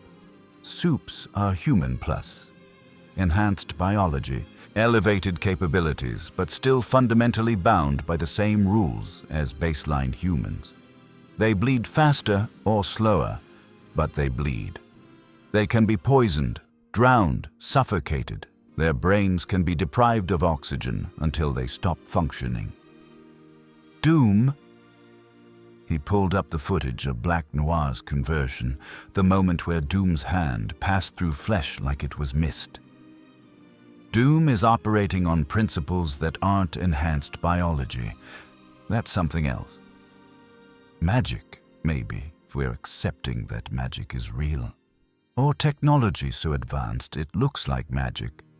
Either way, conventional assassination methods assume the target operates on conventional physics. Edgar watched the footage, watched Doom reach through bone and tissue with the casual ease of someone who decided that material barriers were optional and felt something he hadn't experienced in decades of corporate warfare. Genuine uncertainty about whether his opponent could be beaten at all. So you're telling me he's untouchable, Edgar said flatly. I'm telling you that touching him requires understanding what he is, and I don't understand what he is. Webb closed his tablet. You want my professional assessment? Leave him alone. Let him run his embassy, heal his refugees, do whatever quasi-legal international law bullshit he's doing, and hope he gets bored and leaves. Because the alternative, escalating against someone whose capabilities we can't measure and whose retaliation we can't predict, that's not strategy. That's suicide with extra steps. Stan Edgar had not built an empire by accepting that anything was impossible.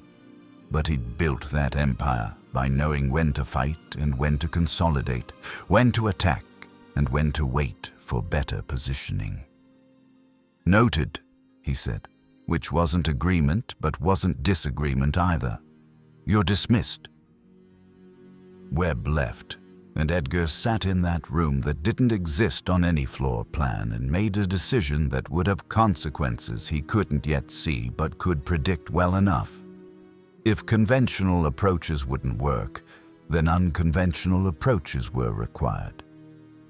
If Doom couldn't be killed, then perhaps he could be contained, controlled, or made irrelevant through methods that didn't involve direct confrontation. It was a retreat dressed up as strategic patience. But Edgar had learned long ago that there was no shame in retreating from a fight you couldn't win. Only shame in not recognizing you were in that fight until it was too late. While Edgar plotted and Webb filed reports that would be buried so deep they'd need archaeological equipment to find them, Victor von Doom was conducting his own assessment of Vought's capabilities, and his conclusions were considerably less flattering than anything Vought's intelligence had produced. He stood in his throne room reviewing data streams that Sofia Martinez had compiled. Financial reports, internal communications, personnel files that Vought believed were encrypted beyond access, but which had taken Doom approximately 4 minutes to crack. Every number, every memo, every expense report painted the same picture. An organization that had achieved dominance not through superiority, but through the absence of meaningful competition, and which was now so thoroughly corrupted by its own success that it could barely function as anything except a machine for converting human suffering into stockholder value. They sent an assassin to assess killing me, Doom said, pulling up Webb's movements over the last 3 days, tracking him through surveillance footage, financial transactions, the digital exhaust that everyone left unless they were Doom-level paranoid about operational security. He concluded it was impossible and recommended strategic withdrawal, professionally competent analysis. "So they're backing off?" Sophia asked, watching the data scroll past, with eyes that saw patterns Doom had specifically enhanced her to see. "They're regrouping," Doom corrected. "Backing off implies defeat. Edgar is too intelligent for immediate defeat and too arrogant for genuine surrender. He will probe, test, search for leverage points that don't involve direct confrontation." He dismissed the data with a gesture that made screens vanish like they'd been absorbed into the air. "Which means the next attack will not be physical. It will be legal, economic, political. The tools they understand, the weapons they've spent decades sharpening. Can they hurt you with those weapons?" Sophia's question was genuine curiosity rather than concern. She'd seen enough of Doom's capabilities to understand that conventional threats were like trying to fight a hurricane with angry letters to the editor. "They can create inconvenience," Doom admitted. "Tie up resources, force responses that consume time I would prefer to spend on more productive endeavors. They cannot remove me or close the embassy. The international law I'm operating under is legitimate. My claim to diplomatic immunity is unassailable. But they can make my existence here more complicated than I would prefer." He turned to face her, his masked gaze impossible to read, but his voice carrying something that might have been approval. "Which is why you are going to help me demonstrate exactly why legal attacks against Doom are exercises in futility." The demonstration began at 9 a.m. the following Monday, when every major news outlet simultaneously received an encrypted file so large it required dedicated servers to handle. The encryption was complex enough that it took most organizations until noon to crack it, and the contents were damning enough that by 2 p.m. the internet had collectively stopped breathing.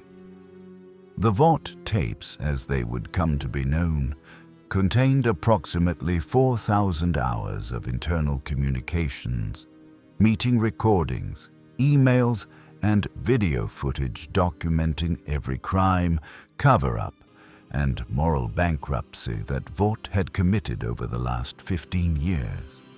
Ashley, approving payment to families of Deep's sexual assault victims with the explicit instruction to make them sign NDAs that would make their grandchildren scared to talk. Stan Edgar, authorizing the release of a Supe into a civilian area, specifically to generate footage for an upcoming film. Homelander's psychiatrist notes describing him as functionally sociopathic with messianic delusions, and recommending increased supervision, notes that had been buried because supervised Homelander was bad for merchandise sales. A-Train's involvement in the death of Robin Ward, with explicit instructions from Vought PR on how to spin it as an accident. The footage of Stillwell's meeting with terrorists, arranging for compound affairs to be distributed internationally, not despite the chaos it would cause, but because the chaos would justify increased Supe deployment. Every skeleton, every closet, every moment where Vought had chosen profit over people, image over truth, quarterly earnings over basic human decency. The news cycle didn't just explode, it underwent nuclear fission. Within hours, senators who'd received Vought campaign contributions were issuing statements denouncing them. Foreign governments were launching investigations. The UN was calling emergency sessions. And on every social media platform, the phrase, "Doom was right," was trending globally as people processed the reality that everything they'd suspected about Vought was true and documented, and somehow worse than their darkest, cynical imaginings. In the emergency meeting that followed, the real emergency meeting, not the performance anxiety sessions they'd been having before, Ashley Barrett finally broke completely. "He's had these files the entire time," she said, her voice climbing toward hysteria like a ladder made of shattered glass. "He's been sitting on this for 2 weeks, just waiting, just watching us scramble and panic and try to figure out how to deal with him, and the entire time he had the nuclear option just waiting in his pocket." "It's not nuclear," Stan Edgar said quietly, his voice carrying the hollow quality of a man watching his life's work burn and calculating whether anything could be salvaged from the ashes. "Nuclear destroys everything, including the user. This is surgical, precise. He's released enough to cripple us legally and destroy us socially, but not enough to collapse the infrastructure completely.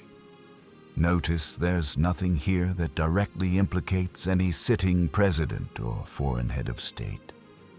Nothing that would force international intervention beyond investigation. He's kneecapping us while ensuring the vacuum our collapse creates won't be filled by chaos." He stood, straightened his tie with the muscle memory of a man whose armor was custom tailoring and executive presence. "He's not trying to destroy us.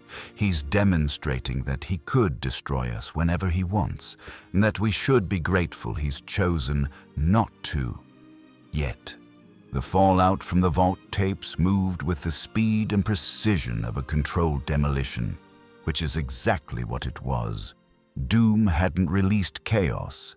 He'd released leverage, and the difference was the same as the difference between a bomb and a scalpel. By Wednesday morning, 3 senators had announced investigations. By Thursday afternoon, the FBI had opened 6 separate inquiries into Vought's operations, each one focusing on a different aspect of corporate malfeasance that ranged from securities fraud to conspiracy to commit murder.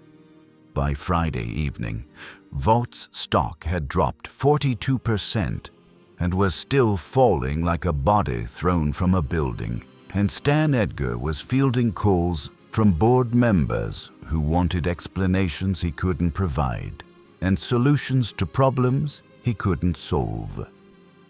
The only person who seemed genuinely delighted by the whole disaster was Billy Butcher, who sat in the safe house watching news coverage with the expression of a man witnessing his prayers answered by a God he didn't believe in but was willing to make exceptions for.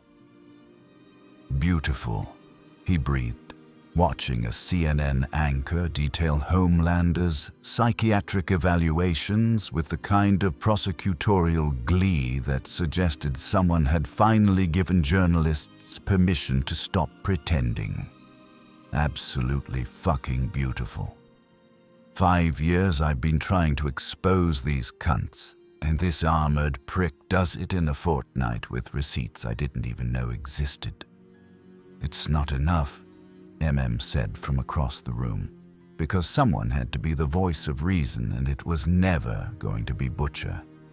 "Investigations take years. Rich people don't go to jail, and even if Vought collapses completely, you know what fills that vacuum. Another Vought. Different name, same business model. Because this country needs its Supes like an addict needs a fix."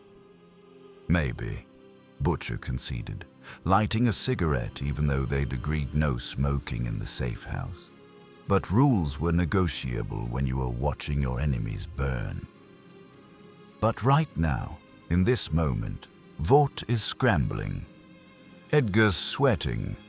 Homelander's having a public breakdown that's trending on Twitter. And the man who did it is sitting in his tower, waiting to see what move they make next. He exhaled smoke toward the ceiling. That's opportunity, mate. That's the kind of chaos we can work with. Huey looked up from his laptop where he'd been reading the leaked files with the kind of horrified fascination usually reserved for car accidents and true crime documentaries. There's something weird about the release, though. Doom didn't just dump everything, he curated it. There's nothing here that directly threatens anyone outside Vought's immediate circle. No dirt on the current administration, no evidence that would collapse markets or start wars. It's like he went through thousands of hours of material and specifically chose the parts that would hurt Vought without destabilizing everything else. That's called precision, Frenchie said, cleaning a gun with the focus that suggested he was thinking about something else entirely. Doom is not interested in chaos. He's interested in control. He shows Vought that he can destroy them, but he also shows everyone else that he destroys carefully, selectively, like a surgeon removing a tumor without killing the patient. Kimiko made a gesture that roughly translated to surgeons who remove tumors usually want something in exchange, and Frenchie nodded. Exactement, mon coeur. The question is, what does Doom want? What is the price of his precision? The answer arrived 2 hours later in the form of another message, delivered through the same impossible channels as before, appearing on every screen in the safe house simultaneously. Mr. Butcher, the board is set. The pieces are in motion. If you wish to discuss how the game concludes, the embassy remains open. This time I suggest you bring your companions. Doom respects competence, and your organization has demonstrated more of it than Vought has shown in a decade. Butcher stared at the message, then at his team, then back at the message with the expression of a man being handed exactly what he wanted, and knowing it was going to cost more than he had budgeted. Well, he said, stubbing out his cigarette. Looks like His Majesty wants a proper meeting. Anyone opposed to walking into the dictator's throne room? Raised his hand. I'm opposed on principle, but in favor strategically, which is how I feel about most of your plans. I'm curious, Frenchie admitted. A man who can do what Doom does, who thinks like he thinks. This is worth seeing up close, even if it gets us killed. Kimiko signed that she'd been in worse situations, which was technically true, but also a low bar considering her history. Huey just nodded, because he'd learned that when Butcher decided to do something suicidal, the only choice was whether to come along for the ride or wait to identify the body afterward. The walk to Vought Tower, the Latverian embassy, as it was now legally designated on maps that had been updated with suspicious speed, took 30 minutes through streets that felt different than they had a month ago, like the city itself was holding its breath, waiting to see what happened next. Security stopped them at the lobby. Same 2 augmented guards as before, but this time their expressions suggested they'd been expecting this visit and had been given instructions on how to handle it. Mr. Butcher and Associates, the bigger guard said, reading from a tablet that definitely hadn't been there last time. You're cleared for the throne room, 99th floor. His Majesty is expecting you. His Majesty, muttered as they entered the elevator. This dude really makes people call him that. When you can walk through walls and humiliate Homelander using only words, you get to pick your pronouns, Butcher replied, watching the floor numbers climb with the speed that suggested this. Elevator operated on physics that had been politely asked to work overtime. The doors opened into the throne room, and even though Butcher had seen it before, his team's reactions reminded him that Doom's aesthetic choices were designed for impact. The stone walls that shouldn't exist, the tapestries depicting conquests and coronations, the lighting that seemed to come from everywhere and nowhere, and in the center of it all, that throne. Victor von Doom sat there reviewing what appeared to be holographic documents that floated in the air around him like orbiting planets made of light and information. He dismissed them with a gesture as the elevator doors closed behind Butcher's team and the holograms dissipated like morning fog under scrutiny. "Mr. Butcher," Doom said, his voice filling the chamber with that quality that made every word sound like it was being delivered from a pulpit. "You have brought companions this time." "Excellent. I prefer negotiations conducted with full transparency regarding all invested parties." He shifted his attention to the others.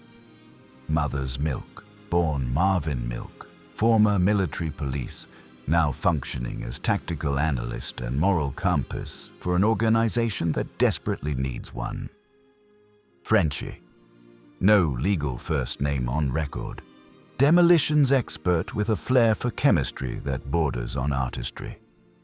Kimiko Miyashiro, linguistic polyglot rendered mute by trauma, enhanced combat capabilities that predate Vought's current formula, and Hugh Campbell Jr. Doom paused, and somehow the pause felt significant. The newest recruit, still processing grief, still deciding if revenge makes him a hero or simply makes him Billy Butcher's apprentice in moral compromise. "You've done your homework," MM said, his voice carrying the careful neutrality of someone who'd learned not to show fear to predators, but wasn't stupid enough to pretend he wasn't standing in front of one. "We try to do ours too, but you're not exactly forthcoming with biographical details." "I am Victor von Doom, monarch of Latveria, master of sciences and sorceries that your world will classify as mythology for another 3 centuries, and inheritor of a will that has bent reality to purposes you lack the framework to comprehend." Doom stood, and the movement somehow made the throne seem smaller, rather than him seeming larger, as if his presence was the important thing and the furniture was just staging. "My biographical details are irrelevant to this conversation. What matters is capability, intent, and the terms under which our objectives might align." "Our objectives," Butcher repeated. "You mean your conquest of America disguised as humanitarian aid, and our goal of putting Homelander in the ground where he belongs." "I am not conquering America," Doom corrected with the patience of someone explaining water to fish. "I am offering Americans an alternative to their current governance structure, and they are accepting it voluntarily because their current structure has failed them so comprehensively that even dictatorship looks appealing by comparison." He gestured toward the windows that overlooked Manhattan. "In the 2 weeks since I opened this embassy, I have processed 347 asylum requests. I have healed Compound V failures your medical system declared untreatable. I have provided legal representation to whistleblowers your justice system threatened into silence. I have done more for the vulnerable members of this society in 14 days than Vought International has done in its entire existence. And I have done it without violating a single law or firing a single shot." "You released classified documents," MM pointed out. "That's pretty clearly illegal." I released documents that were provided to me voluntarily by individuals exercising their right to disclose information about criminal activities they witnessed during their employment. Doom's rebuttal came with the precision of someone who'd had lawyers review every syllable. If Vought wishes to argue those disclosures were illegal, they are welcome to do so in court, where they will be required to explain under oath why their internal communications contain so much evidence of felonies. He returned his attention to Butcher. But we are not here to discuss legality. We are here to discuss Homelander. You want him dead. I want him removed as a variable in my calculations. Our goals align. Removed how? Huey asked, his voice carrying the kind of earnest sincerity that made Butcher want to tell him to shut up before he accidentally agreed to something they'd regret. Trials take years. Even with all that evidence, Vaught's lawyers will drag it out until we're all dead from old age. I am not interested in trials, Doom said. Trials are theater designed to make vengeance feel legitimate. I am interested in efficiency.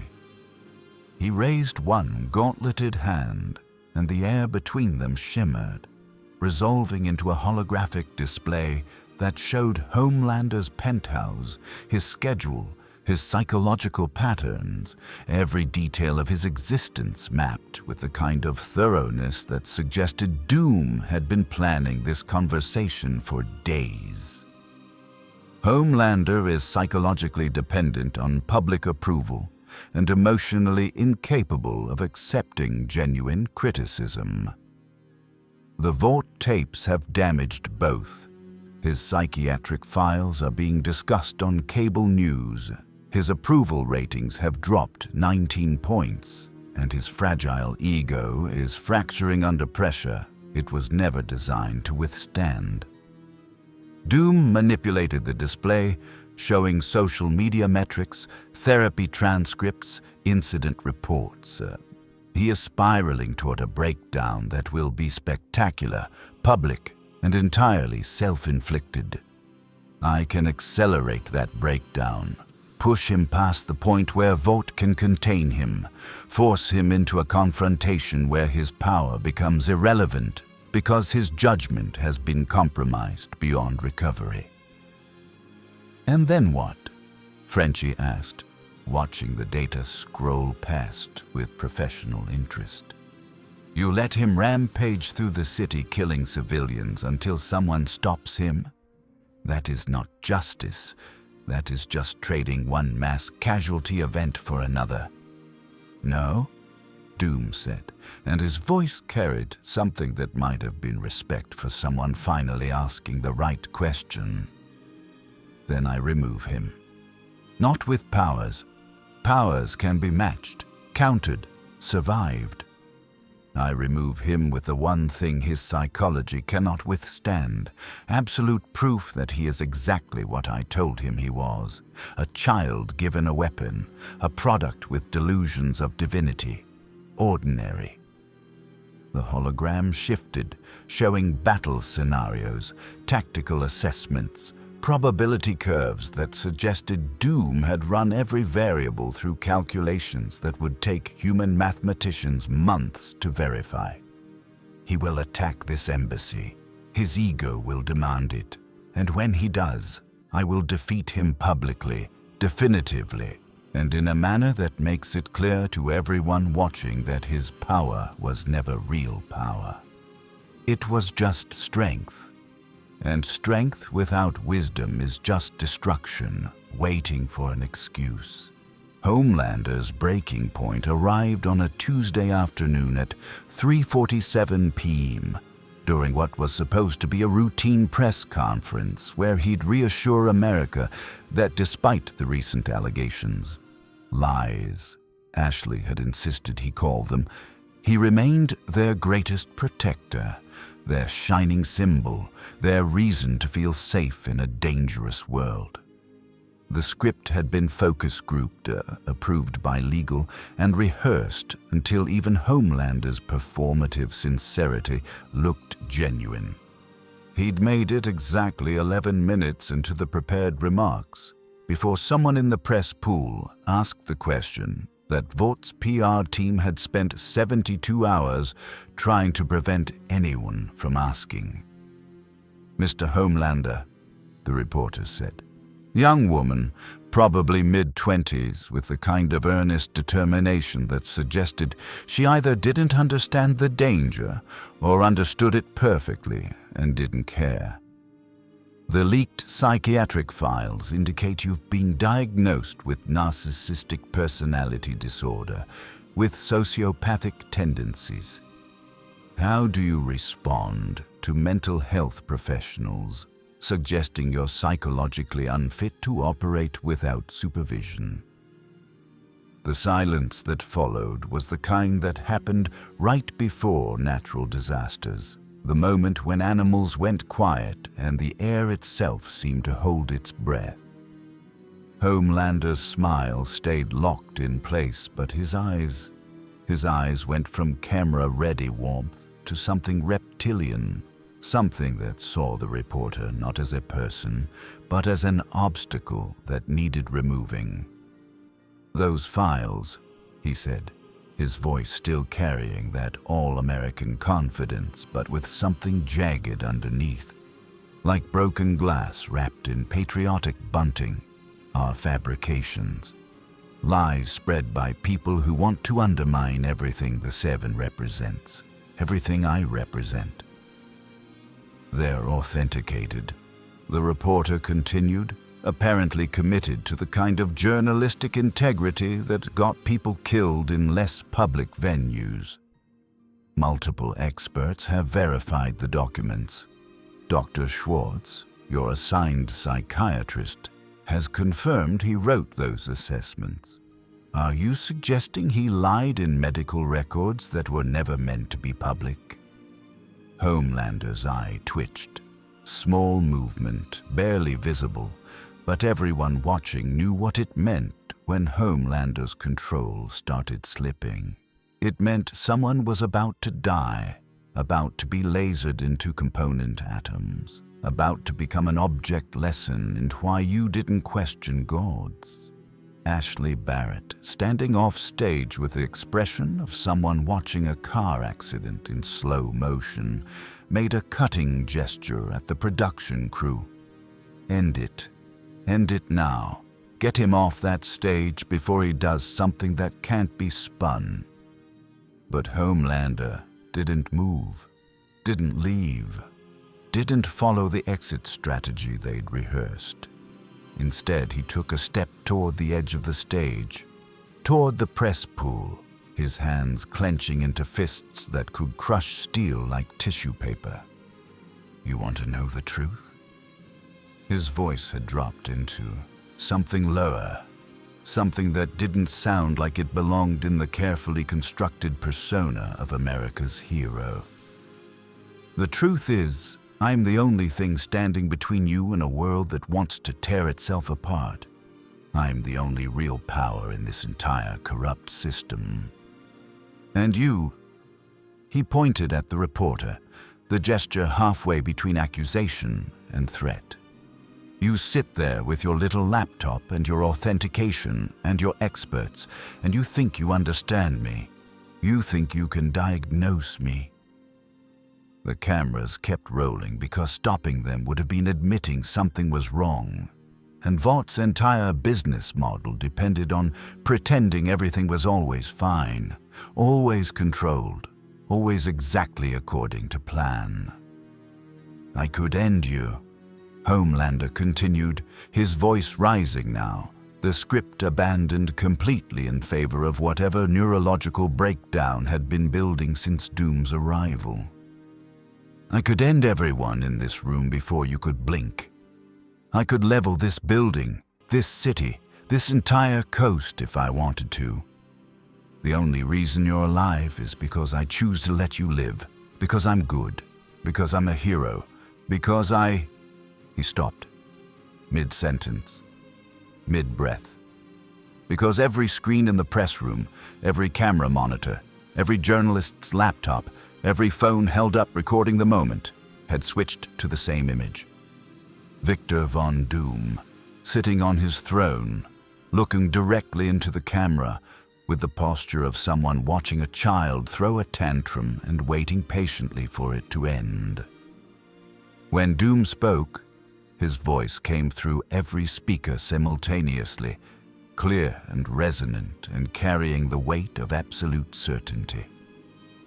"You are proving my point, boy. You are given power without wisdom, strength without discipline, and now, when faced with questions about your competence, you respond with threats. This is not strength. This is the behavior of a child who has confused fear for respect." Homelander's hands were shaking. His eyes were glowing red but not firing, like his body couldn't decide whether to attack or retreat. "Shut up. Shut the fuck up. You don't—" "I have watched you for 3 weeks," Doom continued, ignoring the interruption like it was static on a radio. "I've analyzed your patterns, your responses, your psychological dependencies.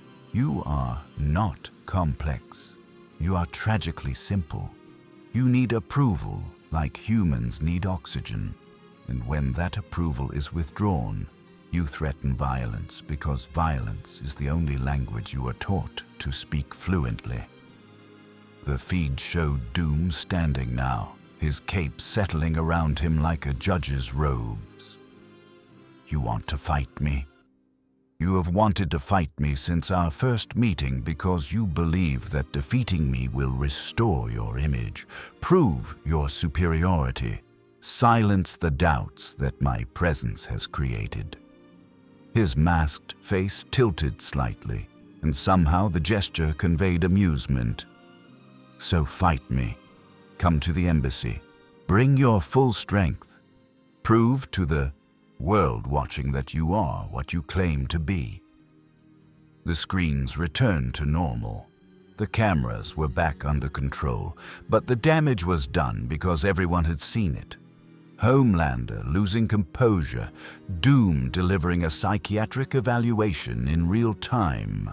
The power dynamic between them made explicit and public and devastating.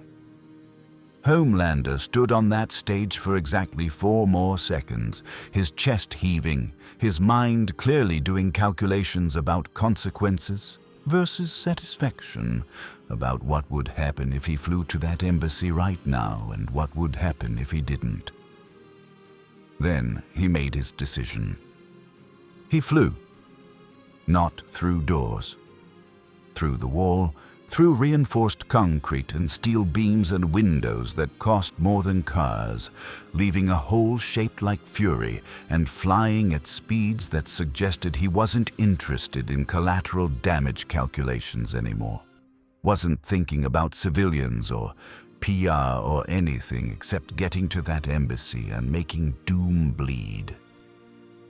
The flight across Manhattan took 11 seconds, during which Homelander's mind cycled through scenarios, through strategies, through the 100 different ways he could approach this. Measured, controlled, professional, like a real hero handling a real threat. But by the time he reached the embassy, those calculations had been burned away by pure rage.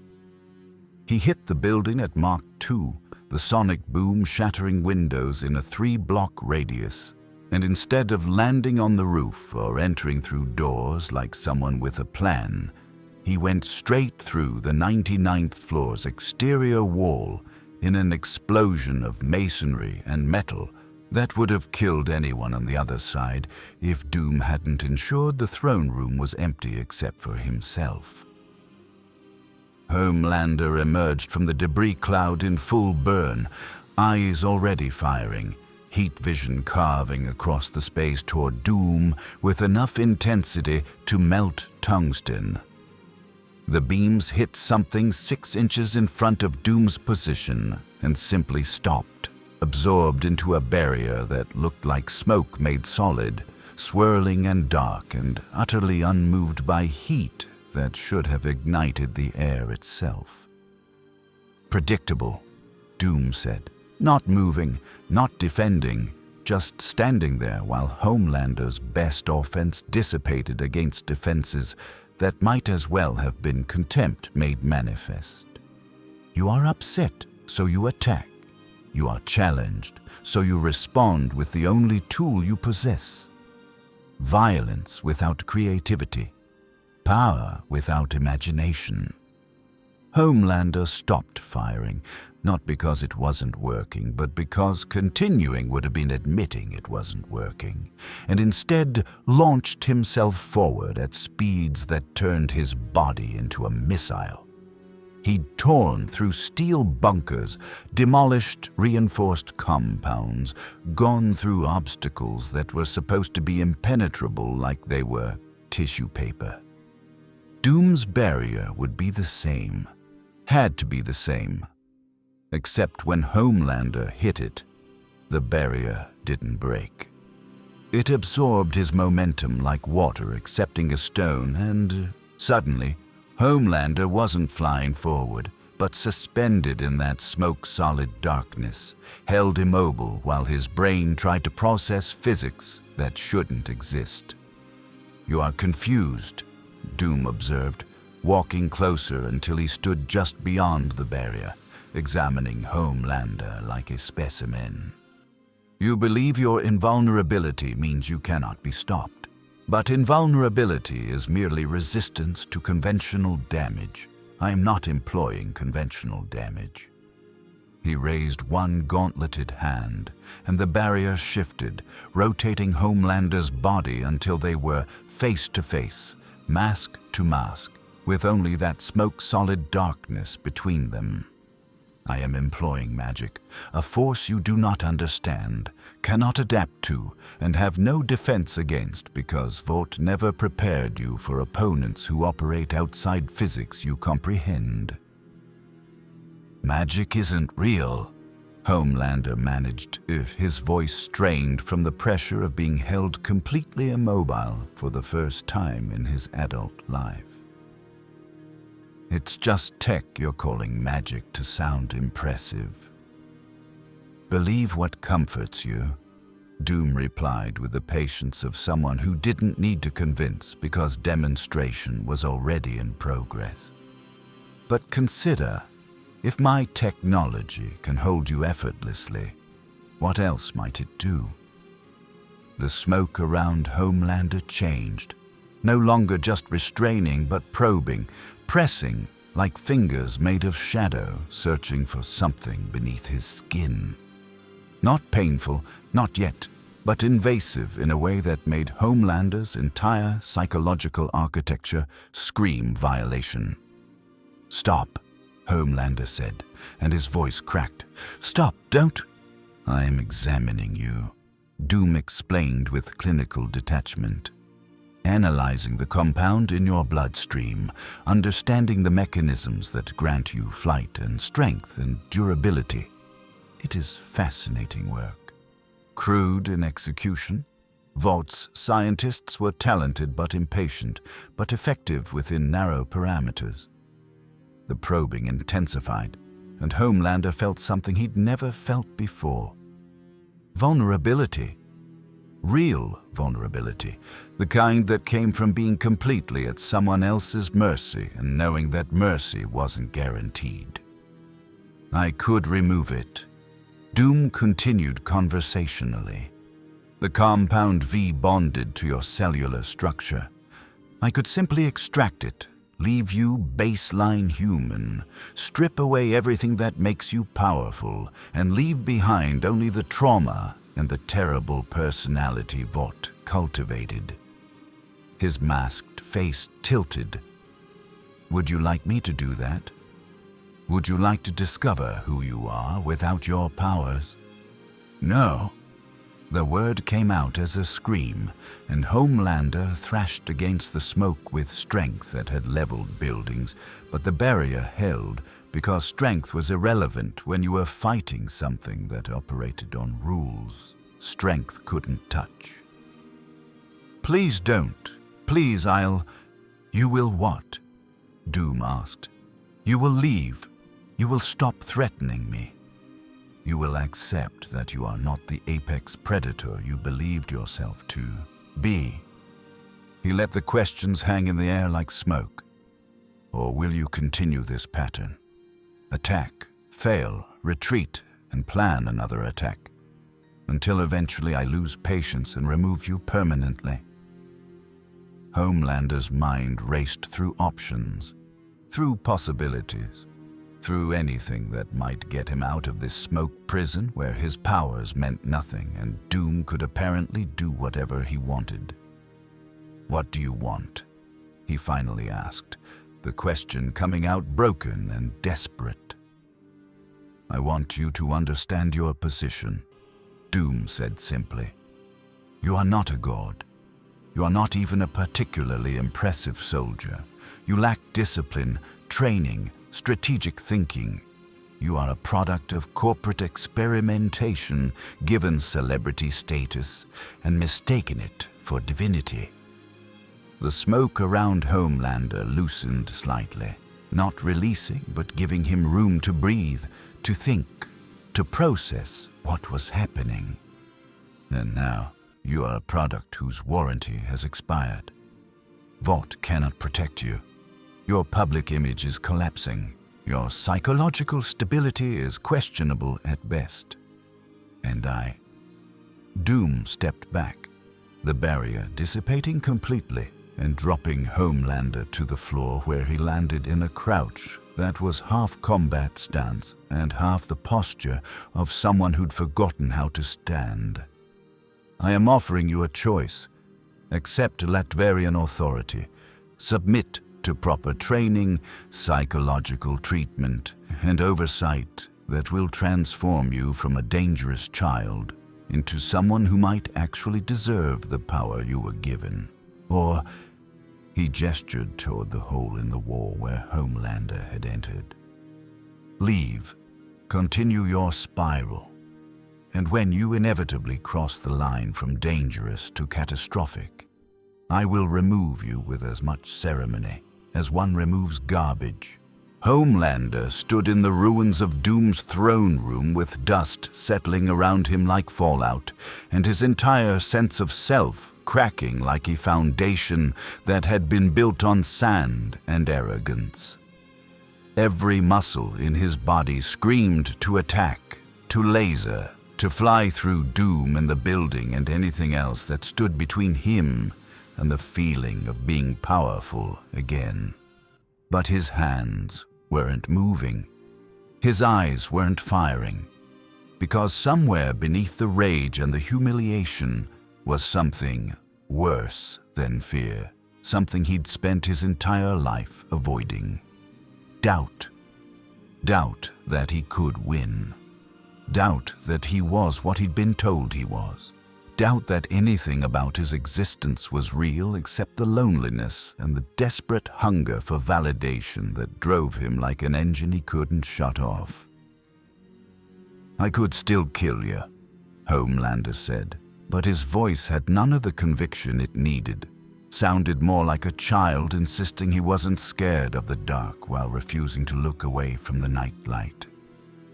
Even if your magic or tech or whatever the fuck it is can hold me, you have to sleep eventually. You have to let your guard down, and when you do... I do not sleep, Doom interrupted. I have not required sleep in 17 years. Another gift of the sciences you do not possess. He returned to his throne, settling into it like a king who just finished dealing with an unruly subject and had more important matters to attend to. But let us pretend your threat has merit. Let us pretend you could kill me when I'm vulnerable. What then? You murder a foreign diplomat on American soil, violating international law and every principle this nation claims to uphold. You become not a hero, but an assassin. Vought disavows you to protect their remaining assets. The government prosecutes you to maintain diplomatic relations. And you discover that being powerful and being right are not the same thing. Doom gestured toward the holographic displays that materialized around him, showing news coverage of Homelander's arrival, the hole in the building, the panic in the streets below. You have already lost this confrontation. The entire world watched you abandon a press conference to attack me without provocation. They watched you threaten a reporter. They watched you prove every accusation in those psychiatric files by responding to criticism with violence. He manipulated the holograms, showing social media reactions, news commentary, approval ratings droppies in real time. You wanted to prove you were superior. Instead, you proved you are exactly what I said, a child who was given power and never learned to wield it as anything except a tantrum. Homelander looked at those displays, at the comments scrolling past calling him unstable, dangerous, exactly the kind of threat that needed containment instead of worship. His approval rating had dropped another 7 points in the 15 minutes since the press conference. The hashtag #ProtectUs from Homelander was trending globally. And somewhere beneath all the rage and denial was the terrible recognition that Doom was right. He'd played exactly into the narrative, done exactly what would damage him most, and now he was standing in the rubble of his own reputation with no script to read and no handler to tell him how to spin this. "You did this," Homelander said, his voice raw. "You manipulated me into attacking you, made me look unstable, destroyed everything I stated facts," Doom corrected. "You chose how to respond to those facts. I cannot manipulate someone who is not already poised to self-destruct. I can only provide the catalyst." He stood again, descended from his throne with the measured pace of someone who had all the time in the world because time itself seemed to defer to his schedule. "You are not my victim, boy. You are Vought's victim. They took a child with extraordinary potential and turned him into a weapon with a smile. Gave you enough power to destroy cities, but not enough wisdom to govern yourself. Told you that you were special, when what they meant was useful." Doom stopped 3 feet from Homelander, close enough that the height difference was obvious. Close enough that Homelander could feel the weight of that presence like gravity had localized around this one man. And now that weapon is malfunctioning. Now that smile is slipping. Now you are discovering that everything you thought you were was a brand identity, and brands can be discontinued when they stop being profitable. The words hit harder than any physical blow could have because they were true, in a way that Homelander's psychology had no defense against. He'd spent his entire life being told he was perfect, necessary, the best humanity had to offer. And here was someone saying the opposite with such certainty that it bypassed all the conditioning and hit the core of who he was, or wasn't, underneath. "So what do I do?" Homelander asked, and the question came out small, came out like the child he'd been in the White Room before Vought had decided what shape to force him into. "How do I fix this?" "You cannot fix this," Doom said, not unkindly, just factually.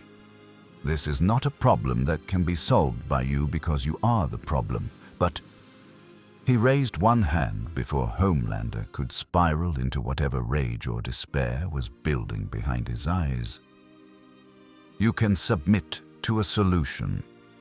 You can accept that your way has failed and that continuing on your current path leads only to catastrophe. You can choose to be remade into something functional. By you," Homelander said flatly. "By Latveria. By whatever dictatorship you're building here." "Yes," Doom agreed without hesitation or apology. "By me.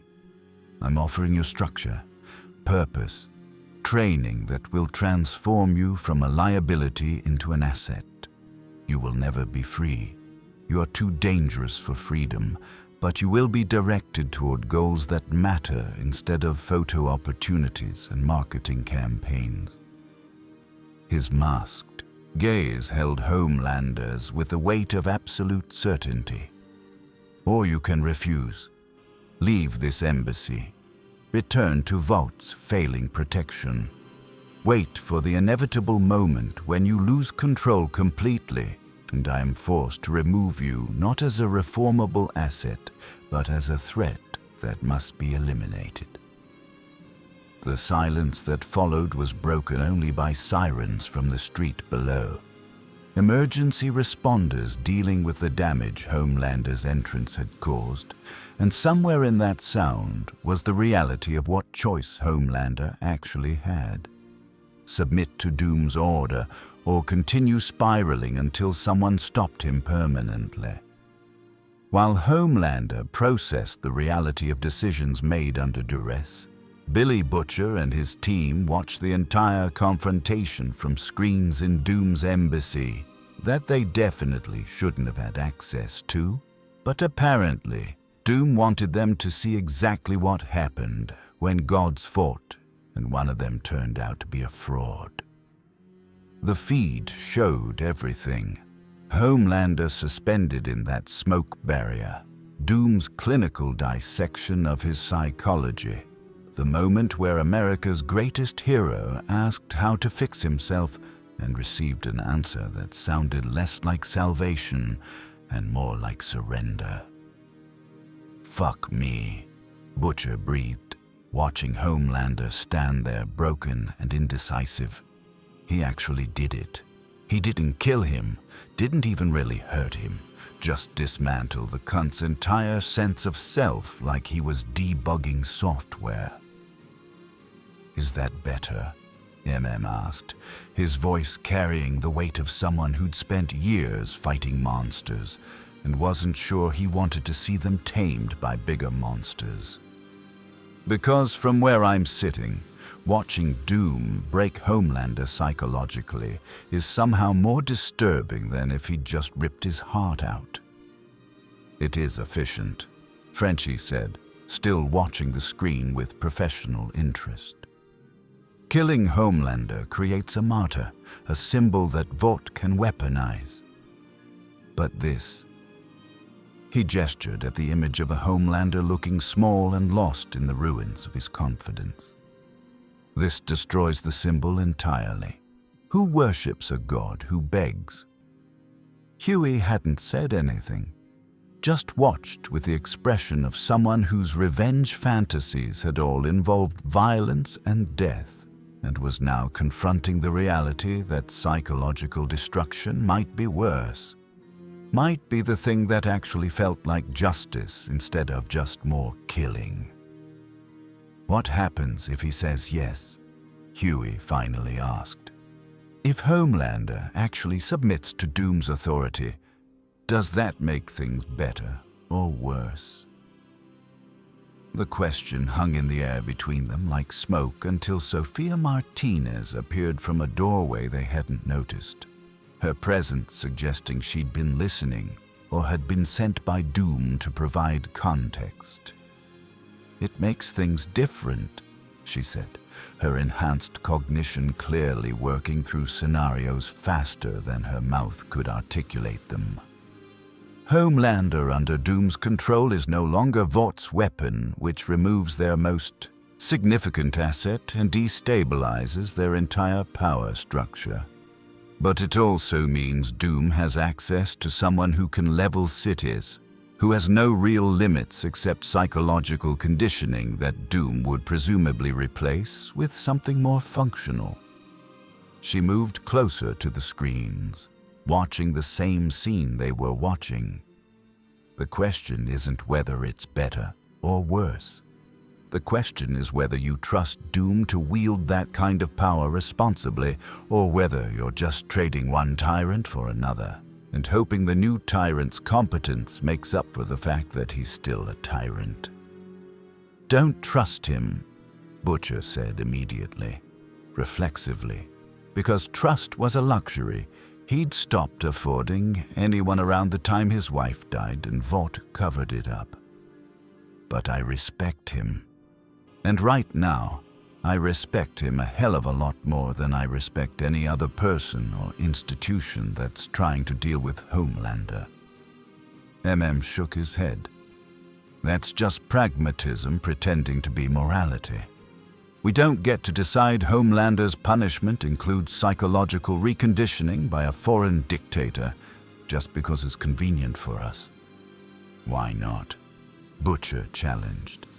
"We've been trying to stop him for 5 years using every illegal, immoral, and barely justifiable method we could think of.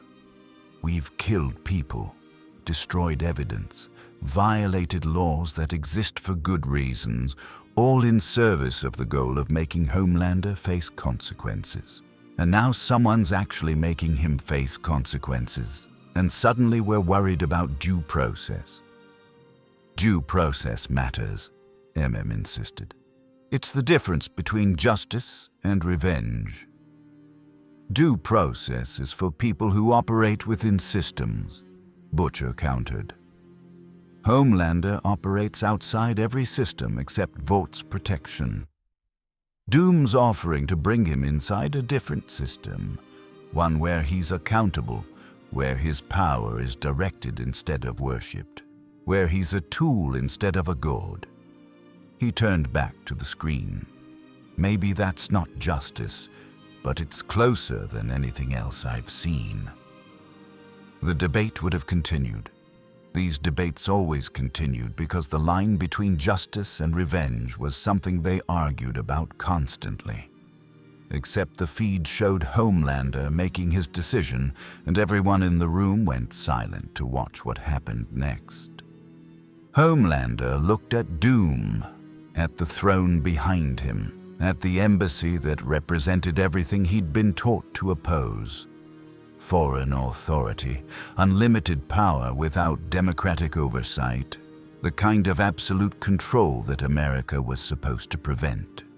And then he looked at the hole in the wall he'd made entering at the city beyond that was probably already writing think pieces about his mental instability, at the future that waited for him if he walked out of here and tried to continue pretending he was fine. "What would training involve?" Homelander asked, his voice steady now, controlled, like he'd found some core of himself beneath all the performance and discovered it was capable of pragmatic decisions when backed into corners with no good exits. "Structure," Doom said simply. "Physical conditioning beyond what Vought provided. You have strength but lack technique. Fight like a brawler instead of a warrior.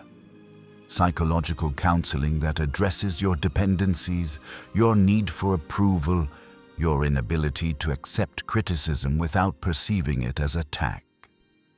Education in strategy, governance, the exercise of power as responsibility instead of privilege." He gestured toward the screens, showing the ongoing news coverage. "And most critically, removal from public view. You will not be a hero anymore. You will not have fans, ratings, merchandise. You will be a student, then a tool, then perhaps eventually something that resembles a functional adult who happens to possess extraordinary capabilities. And if I refuse, then you leave. And we continue this dance until one of us dies, or you spiral into an atrocity that forces my hand." Doom's voice carried no threat, no anger, just the flat certainty of someone describing weather patterns. "I would prefer the first option, because you represent significant potential if properly directed. But I am prepared for the second option because I have contingencies for all probabilities." Homelander laughed, bitter and broken. "Contingencies. You've got plans for killing me." "I have plans for killing everyone," Doom corrected. "It is the responsible approach to power. Assume all assets become liabilities eventually, and prepare accordingly." He returned to his throne, settled into it with the posture of someone whose decision was already made and was simply waiting for Homelander to catch up. "But I would prefer not to kill you. Killing is waste. Reformation is efficiency, and I am nothing if not efficient." Homelander stood there for what felt like hours, but was probably only 30 seconds, his mind cycling through everything he was, everything he'd been told he was, everything he might become if he accepted this offer. And underneath all of that was the simple recognition that he was tired. Tired of pretending, tired of performing, tired of being constantly afraid that someone would see through the image and discover there was nothing underneath except need and rage and loneliness.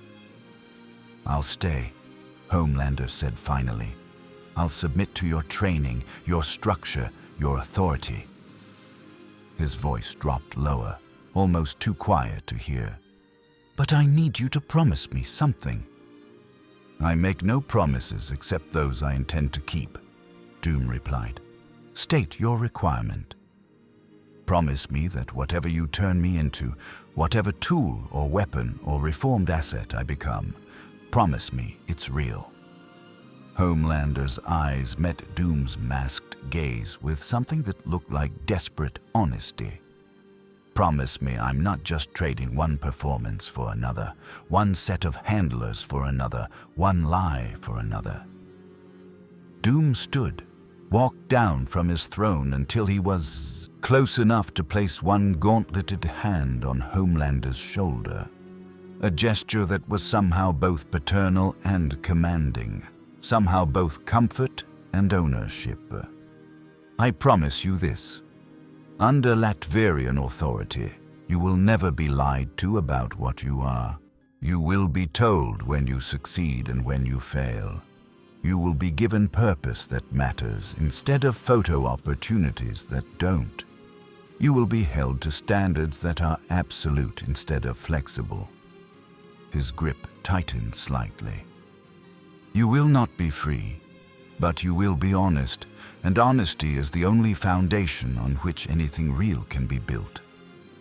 Homelander nodded, the movement small and exhausted, and when Doom guided him toward a doorway that led deeper into the embassy, he followed without resistance, without looking back at the hole in the wall or the city beyond, or the cape and costume that had defined him for so long.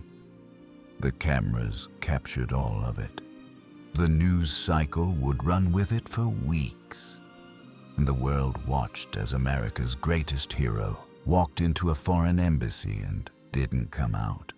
The news of Homelander's surrender, because that's what everyone called it despite Vought's insistence that it was a voluntary strategic sabbatical, hit like a seismic event that registered on every political, social, and cultural Richter scale simultaneously.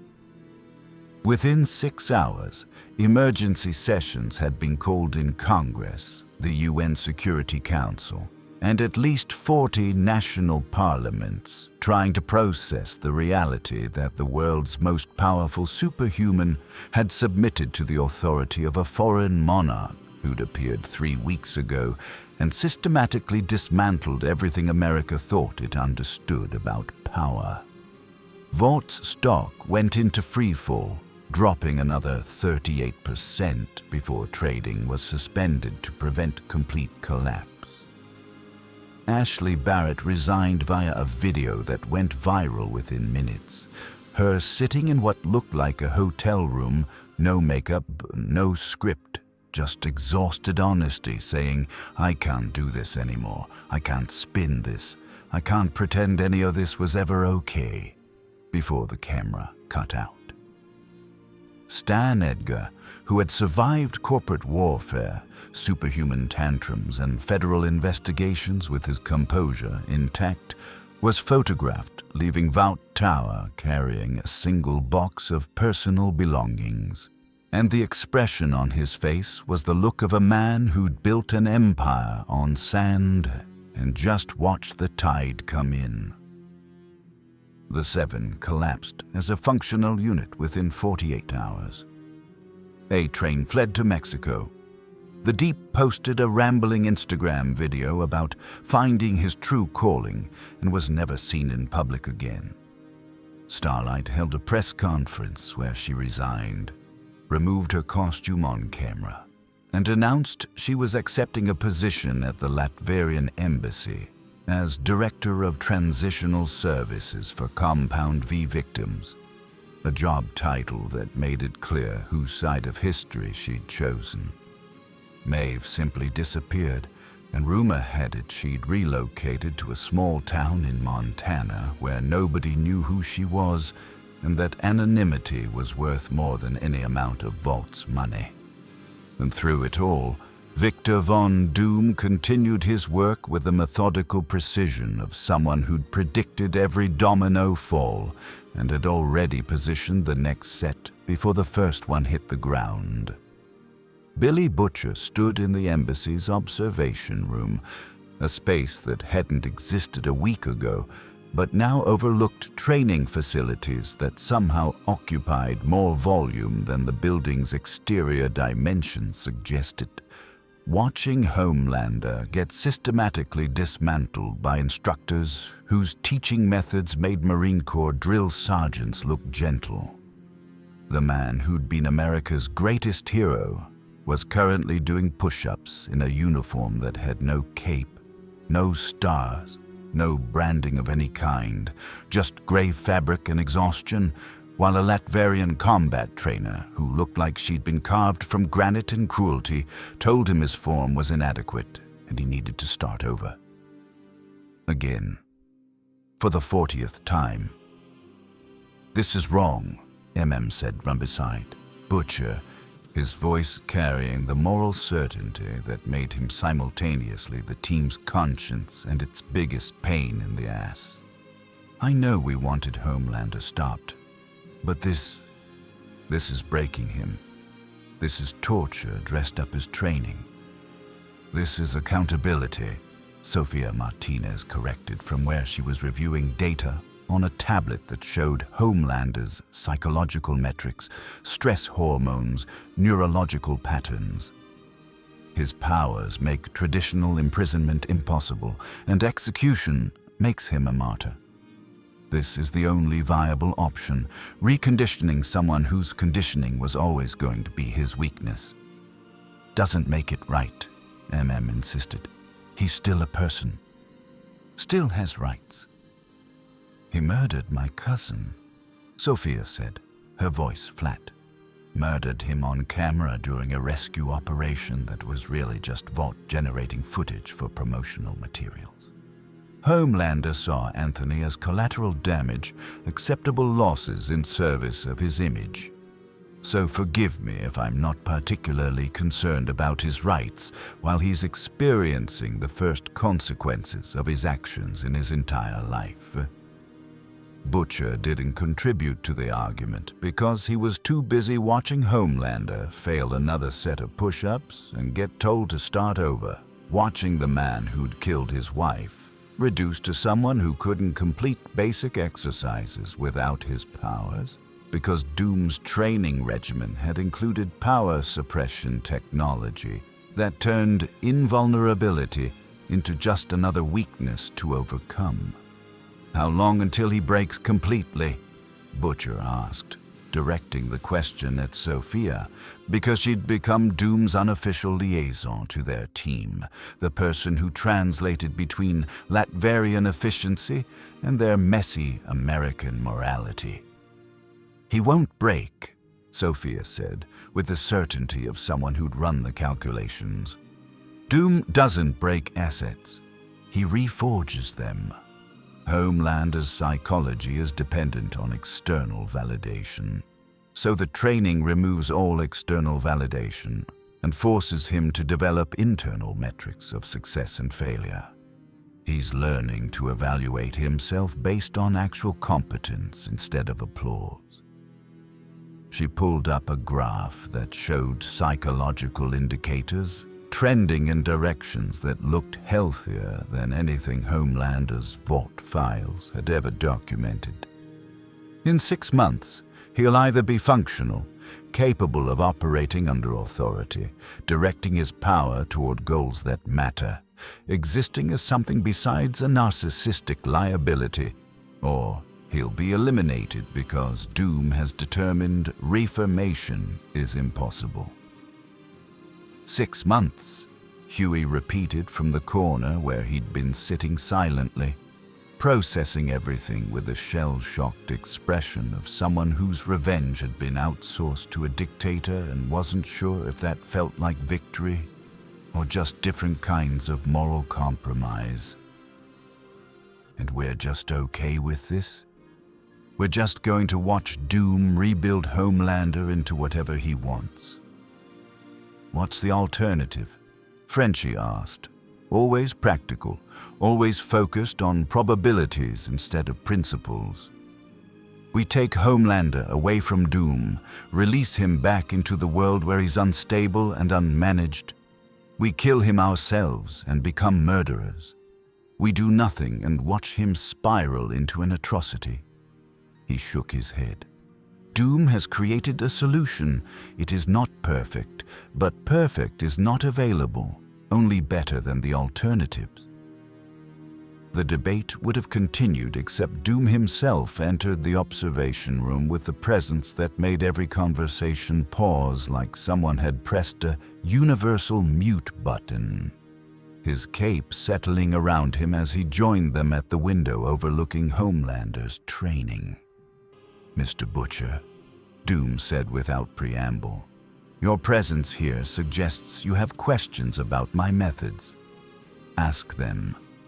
Butcher turned from the window to face Doom directly, and there was something in that moment that felt like the real negotiation finally starting. The real terms being laid out without the diplomatic dance they'd been performing for weeks.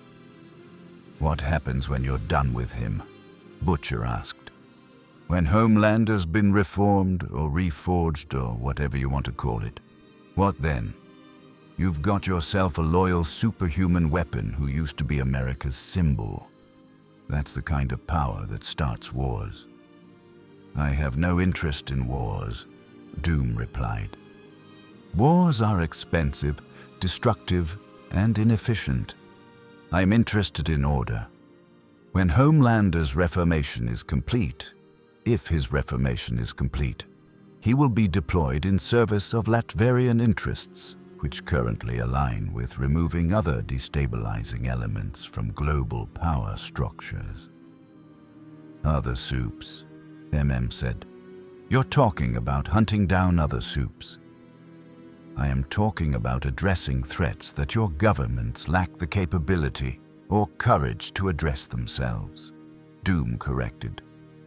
Vought International created approximately 3,000 superhuman individuals over the last 2 decades.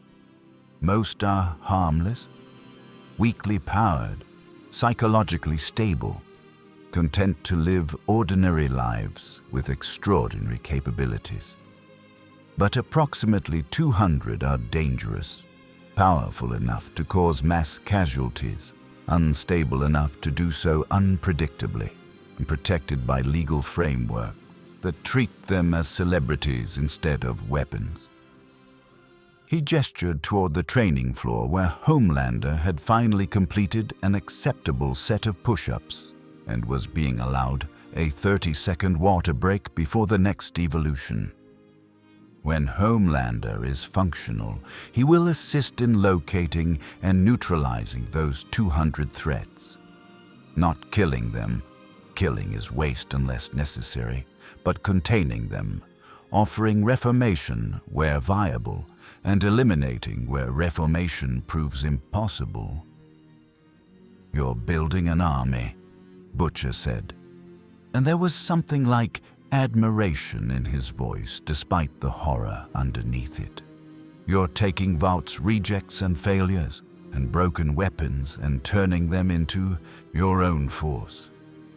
I am offering alternatives to people who have none, Doom replied without defensiveness or apology.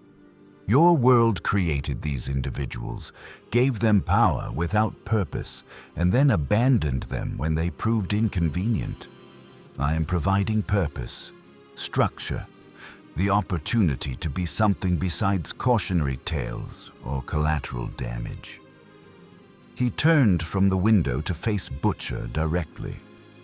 And yes, I'm building power structures that will replace the ones currently failing. Because the current structures have failed comprehensively, and someone must fill the vacuum their collapse creates.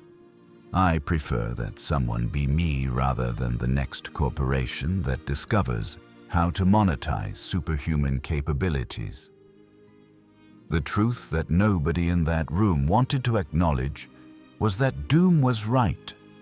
Not morally right, not democratically right, but functionally right in a way that made all their objections feel like philosophy exercises that didn't account for the reality of bodies in the street and Supes who operated without accountability.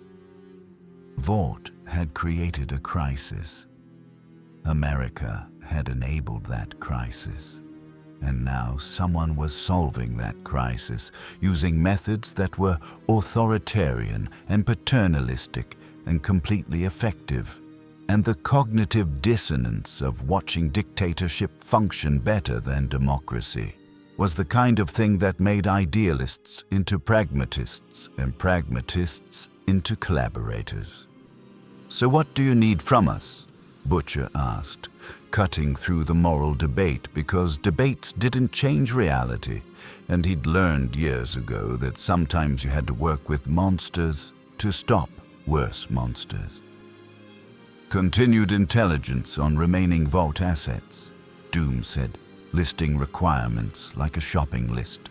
"Your organization has spent years documenting Supe activities that official channels ignored. That documentation is valuable. I will pay for it, Latvian currency, favorably exchanged or services rendered if you prefer barter to cash." "Services," repeated carefully. "What kind of services?" "Protection," Doom said simply. "Vought is collapsing but not dead. Edgar has resources you cannot track and connections you cannot predict. He will attempt revenge, attempt to salvage something from the ruins, and you are visible targets who lack the defenses to survive sustained assault. I am offering you sanctuary within this embassy, not as prisoners, not as assets, but as consultants under diplomatic protection." The offer hung in the air like smoke, and everyone in that room understood what accepting it meant. They'd be choosing sides in a conflict that wasn't their war, aligning with a foreign power against their own country's interests, becoming exactly the kind of collaborators that history books wrote about with disappointment and understanding in equal measure. "And if we refuse?" Huey asked, his voice small but steady. "Then you continue operating independently, and I wish you luck surviving what comes next." Doom's response carried no threat, just acknowledgement of probability. "Edgar is a pragmatist who understands that revenge against me is impossible, but revenge against you is achievable. He will come for you because you are the closest thing to victory he can obtain. And when he comes..." Doom let the sentence hang unfinished because finishing it would have been redundant. They all knew what happened when corporate resources decided someone needed to disappear. "How long do we have to decide?" Butcher asked. "As long as you remain alive," Doom replied. "The offer stands until circumstances make it irrelevant." He moved toward the door, then paused as if remembering something. "Mr. Butcher, you asked what happens when I'm finished with Homelander. The better question is what happens to you when you are finished with your revenge. You have spent 5 years defining yourself by hatred of a man who is now neutralized. Your purpose is fulfilled. Have you considered what you become when you no longer have an enemy to fight? The question hit harder than any of Doom's other observations because it was the thing Butcher had been avoiding thinking about since the moment Homelander walked into that embassy and didn't come out. The recognition that his entire identity had been built around opposition, and when opposition succeeded, what remained was just a middle-aged man with blood on his hands and no idea who he was supposed to be next. Doom left them with that thought, and the observation room fell into the kind of silence that followed philosophical grenades disguised as casual questions. On the training floor below, Homelander completed another evolution. Hand-to-hand combat against opponents who weren't superpowered, but were trained enough that his current power-suppressed state made them competitive, and lost spectacularly. Ended up on the mat with a knee in his back and his arm twisted at an angle that would have been agony if the suppression field wasn't also dulling his pain receptors. Again, his instructor said, no sympathy, no encouragement, just the flat requirement that he improve or repeat until improvement occurred. And Homelander stood up, reset his position, and engaged again. Not because he wanted to, not because he believed in the training, but because, for the first time in his life, he was experiencing actual consequences for failure and actual standards for success. And somewhere beneath the exhaustion and humiliation was the smallest seed of something that might eventually grow into genuine competence if it wasn't crushed by resentment first. In his office, 17 floors above, Victor Von Doom watched multiple screens showing Homelander's training, Butcher's team debating in the observation room, news coverage of Vaught's continued collapse, and approximately 40 other data streams that documented the systematic reformation of a world that had forgotten what order looked like. He was tired, not physically, because his body had transcended the needs that made baseline humans weak, but mentally tired in the way that came from playing chess against opponents who didn't know they were on the board and having to account for every move they might make out of ignorance or panic. "Is it working?" Sophia asked from the doorway, apparently comfortable enough in her role to question him directly. "The reformation. Is it actually working, or are we just watching someone break slowly?" "Both," Doom said, his honesty surprising even himself. "Reformation requires breaking first. Breaking the patterns, the conditioning, the psychological architecture that made someone dysfunctional. Homelander is breaking. Whether what grows from those broken pieces is improvement or just different dysfunction remains to be determined."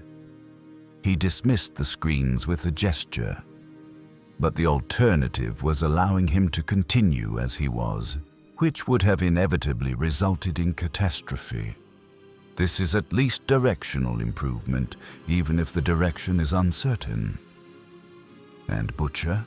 Sophia asked. "Will he accept your offer?" "Eventually," Doom said with the certainty of someone who'd already run the probabilities. "He will resist because resistance is his nature. He will debate because his team's morality requires debate. But ultimately, he will accept because he is pragmatic enough to recognize that symbolic independence is less valuable than actual survival." He stood, moved to the window that overlooked Manhattan, the city that had been Vaught's kingdom and was now becoming something else. Something that hadn't been named yet but was taking shape according to plans Doom had been designing since before his portal had opened. "They are all becoming what this world needs them to be," Doom said, speaking to Sophia, to himself, to the future he was carving from the present. Not what they want to be, not what they believe they should be, but what is necessary for order to replace chaos. And in that statement was the entire philosophy of everything Doom had done and would continue to do.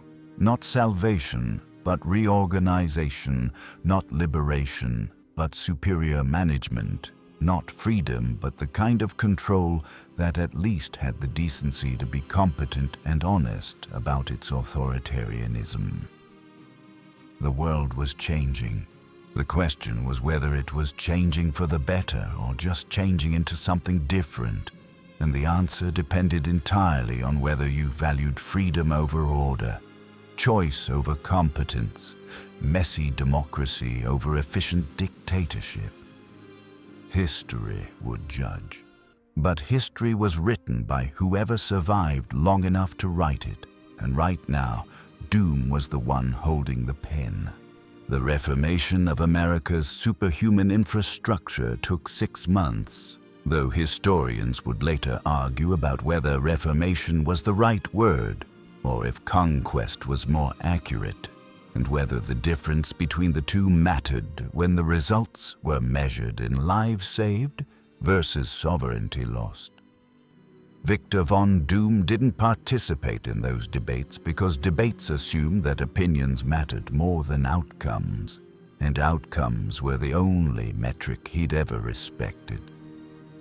By the end of month 1, Vought International had filed for bankruptcy protection, its assets seized by federal authorities who were themselves operating under legal frameworks that Doom had helpfully provided through diplomatic channels. The company that had turned superhuman abilities into quarterly earnings was dismantled with the efficiency of an autopsy, each division catalogued and repurposed or eliminated, each executive prosecuted or granted immunity in exchange for testimony that filled federal courts for years. Stan Edgar, who had built an empire on the premise that everything could be managed if you were cold enough and smart enough, was arrested attempting to flee to the Cayman Islands with approximately $400 million in liquid assets and a new identity. He was extradited, tried, and convicted of crimes ranging from conspiracy to commit murder to securities fraud, and sentenced to 70 years in a federal prison where his intelligence was irrelevant and his connections had expired. He lasted 8 months before someone with a grudge and access to commissary privileges ensured his sentence was commuted by shanking. Homelander, meanwhile, had progressed from basic training to advanced applications, his reformation documented in files that Doom kept sealed, but that leaked fragments suggested he was becoming something that resembled a functional soldier. Still powerful, still dangerous, but directed by something other than narcissism and need. He'd been deployed twice on operations that remained classified, both times successfully, both times returning to the embassy without incident or deviation from orders. The third deployment would test whether reformation was permanent or just well-maintained performance, but that test was still months away. The Latvian embassy had expanded from 12 floors to 47 through methods that combined legal acquisition, diplomatic pressure, and what city planners described as impossible spatial reconfiguration that violates every principle of architecture we understand. It now functioned as a small nation within a nation, complete with medical facilities that treated compound vive complications better than any American hospital. Legal services that represented victims Vought had buried under settlements and NDAs, and training facilities where former Supes learned to be something other than weapons or celebrities. 312 people had accepted asylum. 87 had completed reformation programs and been reintegrated into society with new identities and Latvian passports. 43 were still in training, and 12 had been deemed irredeemable, too broken by power, too damaged by conditioning, too dangerous to exist in any form except contained. and were being held in detention facilities that made supermax prisons look like summer camps. Nobody asked what happened to those 12. Nobody wanted to know if Doom's version of containment was permanent imprisonment or something more final. Billy Butcher's team had accepted Doom's offer of protection after an incident in month 2 where Edgar's remaining loyalists had attempted an assault on their safe house using military-grade weapons and a level of coordination that suggested someone with deep pockets was funding revenge. The assault had failed. Doom's response time was measured in seconds rather than minutes, his security forces materializing from nowhere and neutralizing the threat with efficiency that was simultaneously impressive and terrifying. But the message was clear. Operating independently meant being targets. Operating under Latverian protection meant being assets.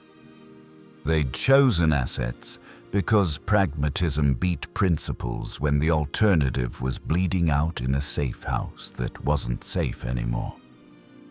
Now they occupied a suite of rooms on the embassy's 33rd floor, technically consultants, practically residents, and the cognitive dissonance of working for a dictator to bring down corporate fascism was something they stopped debating around month 3 because the debate never changed and the work needed doing anyway.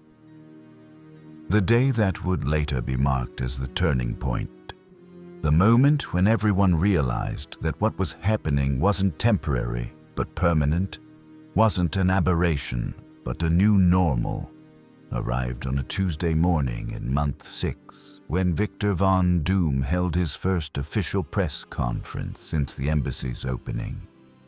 It was broadcast globally, translated into 47 languages simultaneously, and watched by an estimated 2 billion people who'd spent half a year watching their world reorganize around this man who'd appeared from nowhere and refused to leave.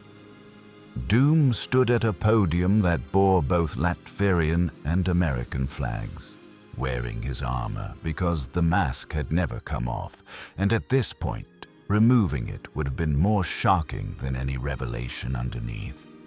And when he spoke, his voice carried the weight of someone delivering not a speech, but a verdict that had already been determined. 6 months ago, I arrived in this nation and found a system so thoroughly corrupted by corporate interests that basic governance had become impossible. Doom began. No preamble, no diplomatic softening, just the kind of blunt assessment that made politicians nervous and citizens pay attention.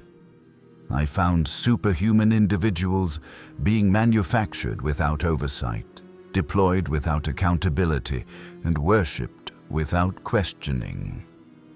I found a population so exhausted by their own system's failures that they had stopped believing change was possible and had accepted managed decline as their permanent condition.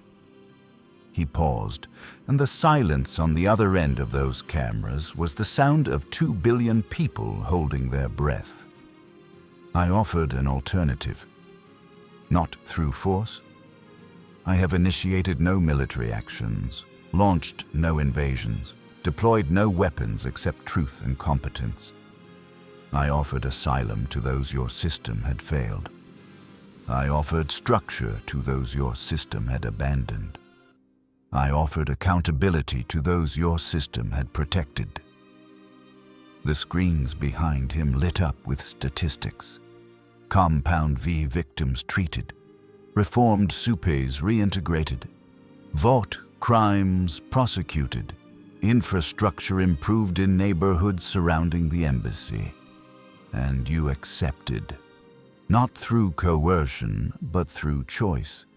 Because when given the option between a democracy that has forgotten how to function and a dictatorship that remembers how to govern, many of you chose governance.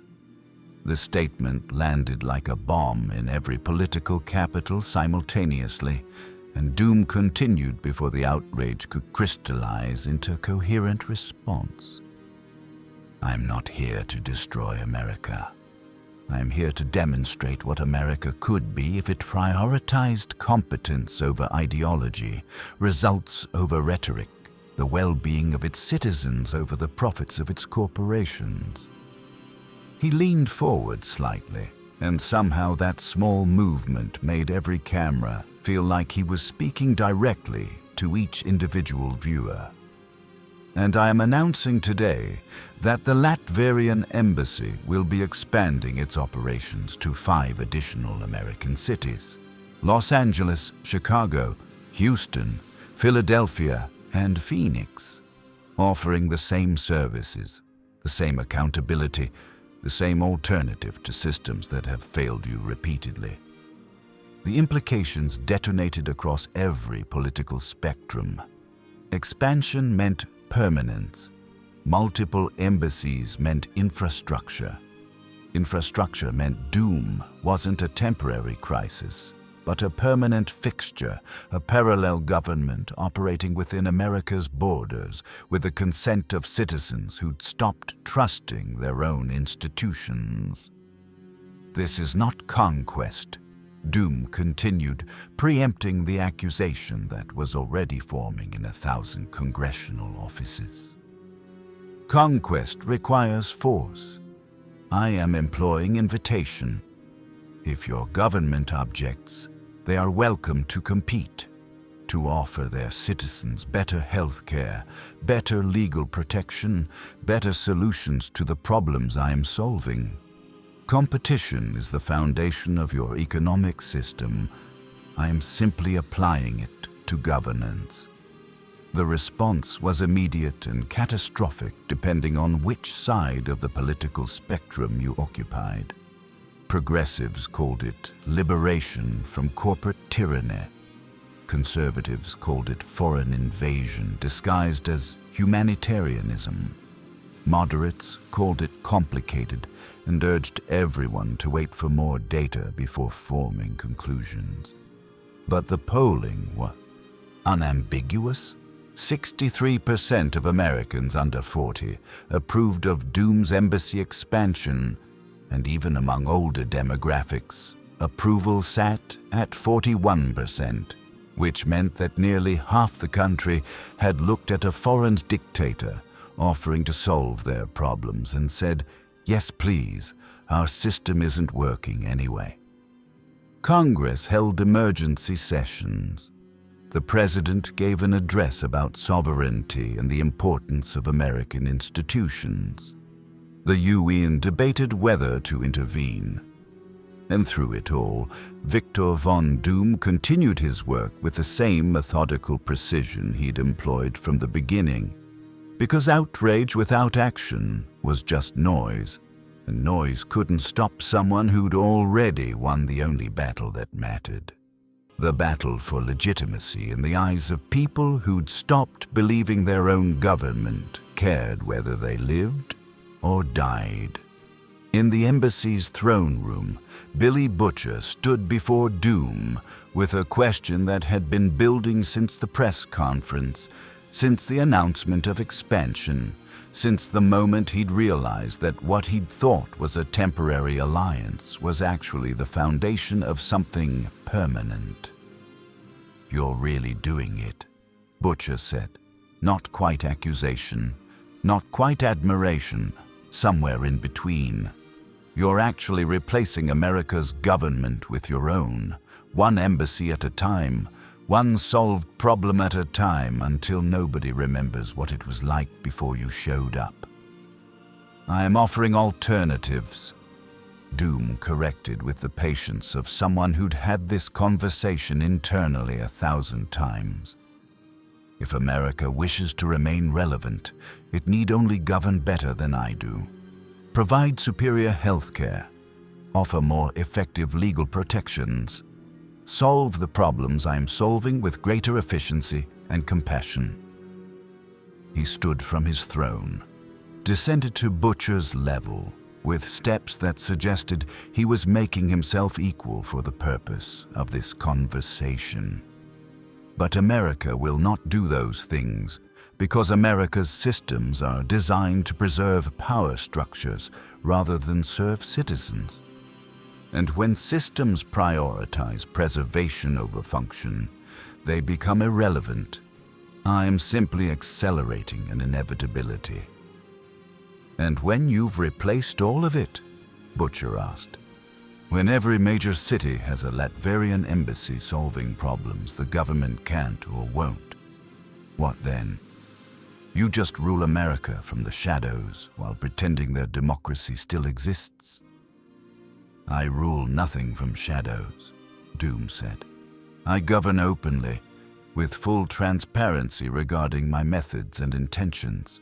And yes, when American citizens trust Latverian institutions more than their own, when they seek justice in my courts rather than theirs, when they accept that competent authoritarianism produces better outcomes than incompetent democracy, then yes, I will govern America.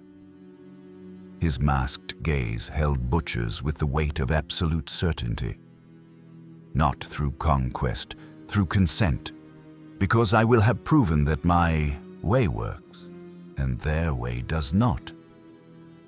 The honesty was somehow more terrifying than any deception would have been, because it meant Doom wasn't hiding his intentions, wasn't operating through manipulation or conspiracy. He was stating his goals plainly and daring anyone to stop him by outperforming him, and the tragedy was that nobody could. "You're a dictator," Butcher said, the words carrying no heat, just recognition. "You're taking over a country by being better at solving problems than democracy can manage. And that makes you a dictator, even if people are choosing it voluntarily." "Yes," Doom agreed without hesitation. "I am a dictator. I have never claimed otherwise. But I am a competent dictator who produces results, and in a world where democracy has failed to produce those results for decades, competence becomes revolutionary." He returned to his throne, settled into it with the finality of someone whose position was unassailable. "You may object on principle, Mr. Butcher, but principles are luxuries afforded to those whose systems function. When systems fail, people choose survival over principles, and I am offering survival with dignity, which is more than America has offered its citizens in your lifetime."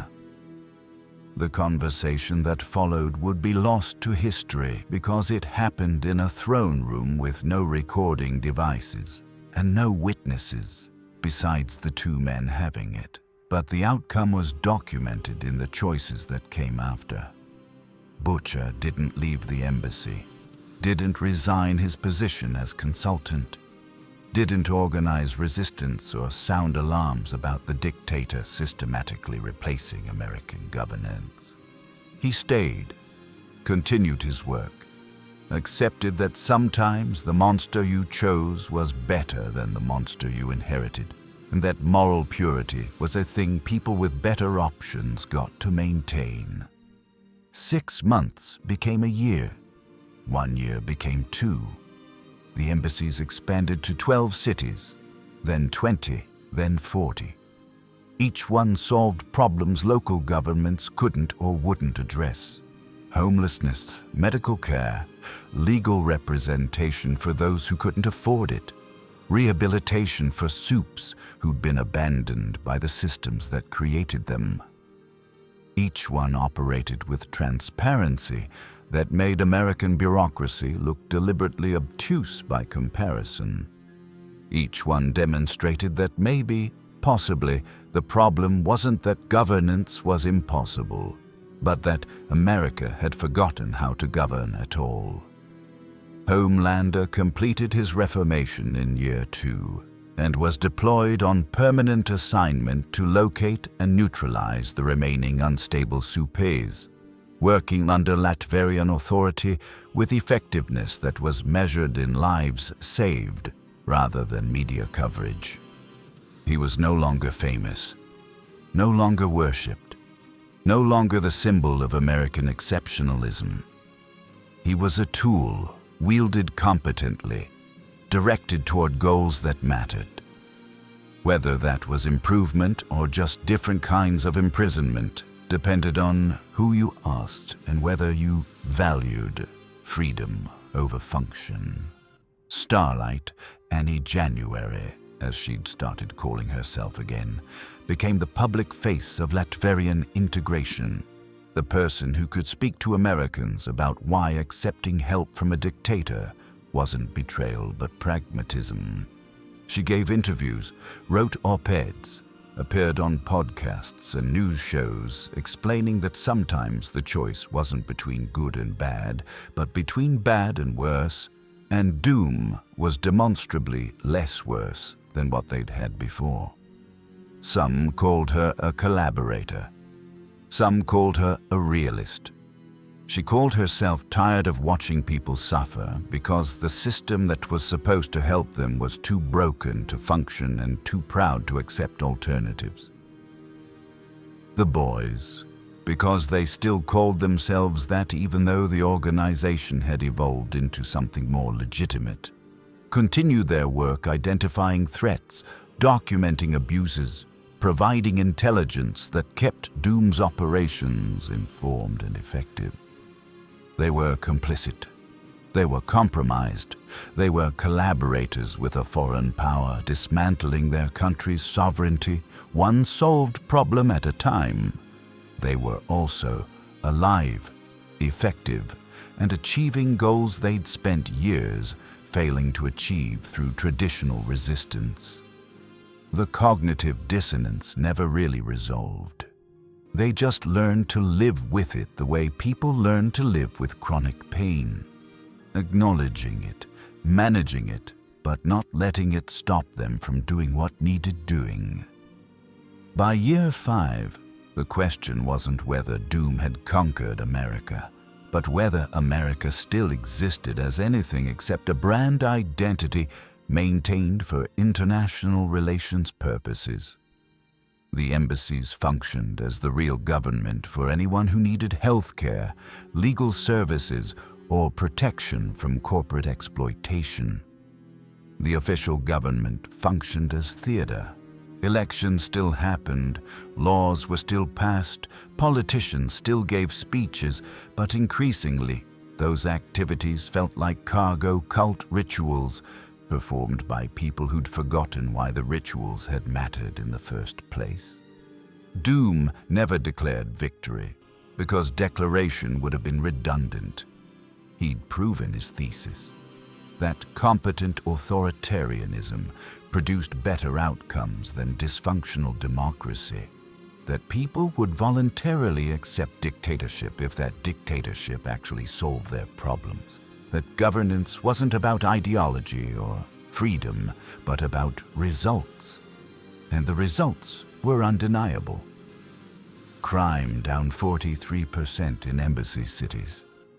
Compound V incidents down 78%. Public trust in institutions, Latvian institutions, at 71%. Public trust in American government at 9% and falling. Victor von Doom sat in his throne room in the original Manhattan Embassy and reviewed data streams showing his parallel government functioning with efficiency that made traditional governance look deliberately incompetent. He was tired, truly tired now, in ways that transcended the physical into something existential. Because conquering through competence was harder than conquering through force, required constant vigilance and perfect execution, allowed no failures because every failure would be used as evidence that democracy was superior despite decades of democratic failure. Was it worth it? Sofia Martinez asked from the doorway, her enhanced cognition allowing her to perceive the exhaustion he never showed publicly. The reformation, the expansion, the systematic replacement of their system with yours. Was it worth what it cost? Cost is measured against outcome, Doom replied, not looking away from his screens. I have saved approximately 47,000 lives that would have been lost to Vought's negligence, government incompetence, or superhuman incidents that previous systems could not prevent. I have provided medical care to 300,000 individuals who lacked access. I have administered justice in 12,000 cases where justice had been denied. He finally turned to face her. What is the cost of those outcomes? My time, my reputation among people who value ideology over results, the gradual erosion of a democratic system that had already failed before I arrived. He stood, moved to the window overlooking Manhattan, the city that had been Vought's kingdom and was now proof that alternatives were possible. Yes, Miss Martinez, it was worth it. Because the alternative was watching those 47,000 people die, those 300,000 suffer, those 12,000 denied justice, all in service of preserving a system that had forgotten why it existed. Sophia nodded, accepting the answer even if she didn't entirely agree with it, because agreement wasn't required when outcomes spoke for themselves. And what happens next? She asked. You've replaced their government, reformed their Supes, provided governance they couldn't provide themselves. What's the end game?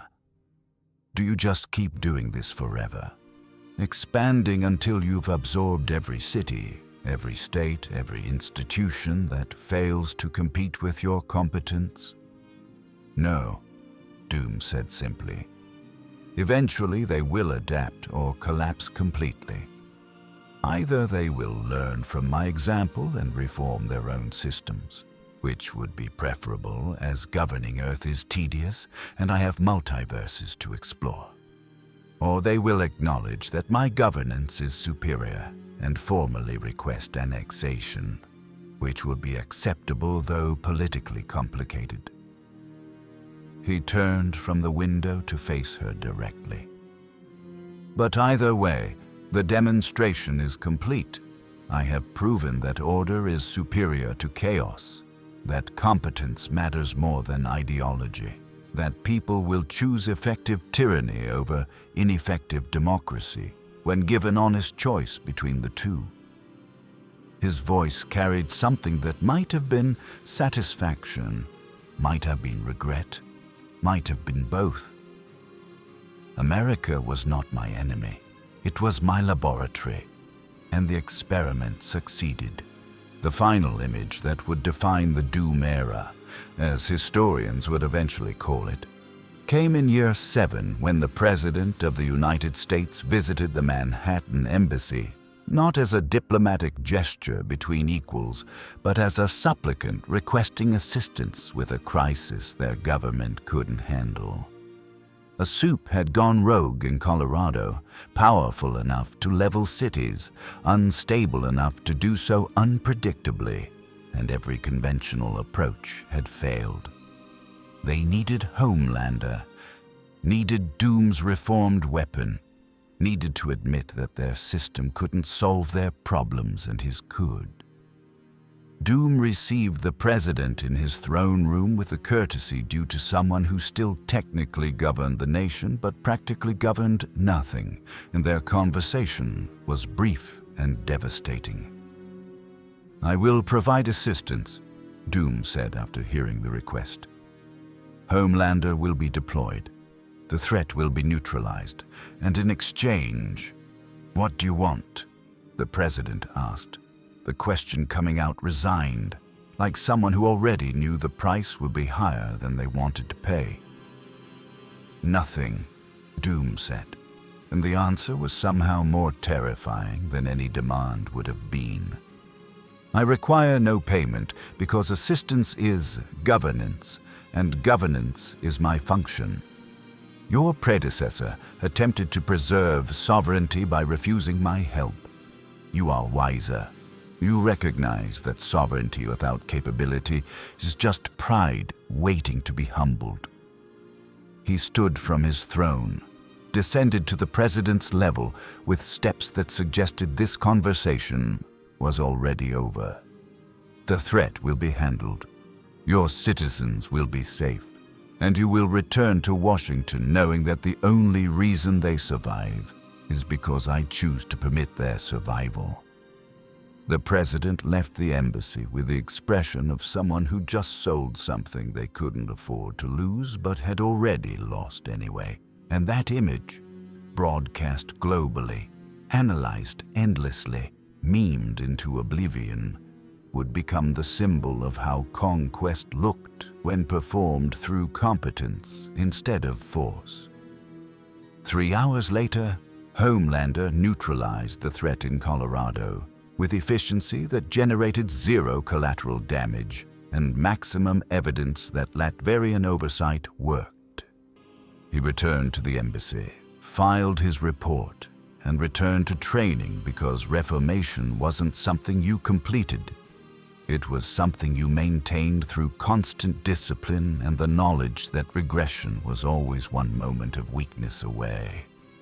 And Victor von Doom sat in his throne room and allowed himself a moment of genuine satisfaction, because the work was never finished, but the thesis was proven.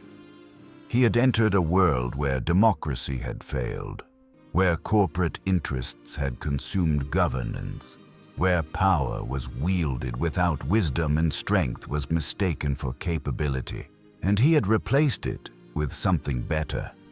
Not perfect, not free, but functional in ways that democracy had forgotten how to be, and honest in ways that corporate governance had never attempted.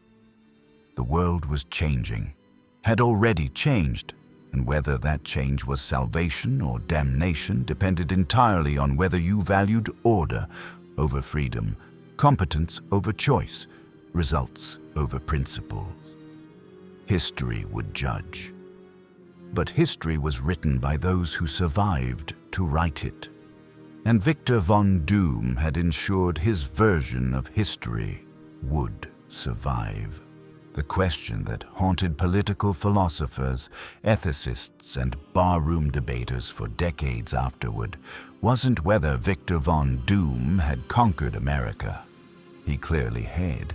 But whether that conquest constituted salvation or damnation, and whether the difference between the two mattered when measured in lives saved versus sovereignty lost.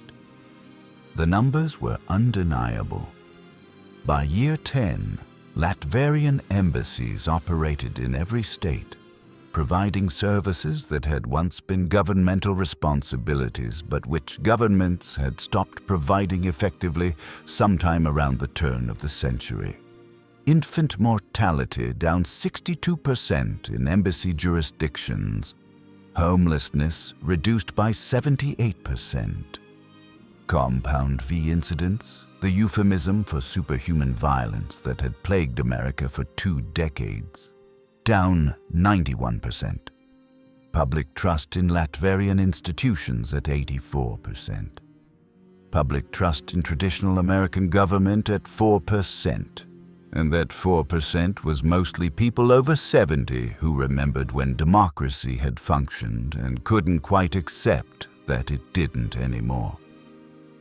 Victor von Doom never declared himself ruler of America because declaration would have been redundant. He simply continued governing wherever governance was needed, solving problems that elected officials couldn't solve, providing order that democratic processes couldn't maintain, demonstrating daily that competent authoritarianism produced better outcomes than incompetent democracy. And Americans, exhausted by decades of systemic failure, bankrupted by health care they couldn't afford, traumatized by Supes who operated without accountability, accepted his governance not through coercion, but through relief. Relief that someone, anyone, finally cared whether they lived or died and possessed the competence to act on that caring. Homelander, the symbol of everything that had been wrong with America's approach to superhuman power, became the symbol of what reformation looked like when executed with precision instead of mercy. He was no longer famous, no longer worshipped, no longer the godchild screaming for love he'd been manufactured to be. He was a tool wielded competently in service of goals that mattered. Locating unstable Supes, preventing catastrophes, demonstrating that even the most broken individuals could be reconstructed into something functional if you had sufficient will and no moral qualms about the reconstruction process. Whether he was happy was irrelevant. Whether he was free was a category error. Freedom had never been an option for someone with his power and psychology. The question was only whether he'd be a useful tool or a dangerous liability, and Doom had ensured the former through methods that made rehabilitation look gentle and reconditioning look kind.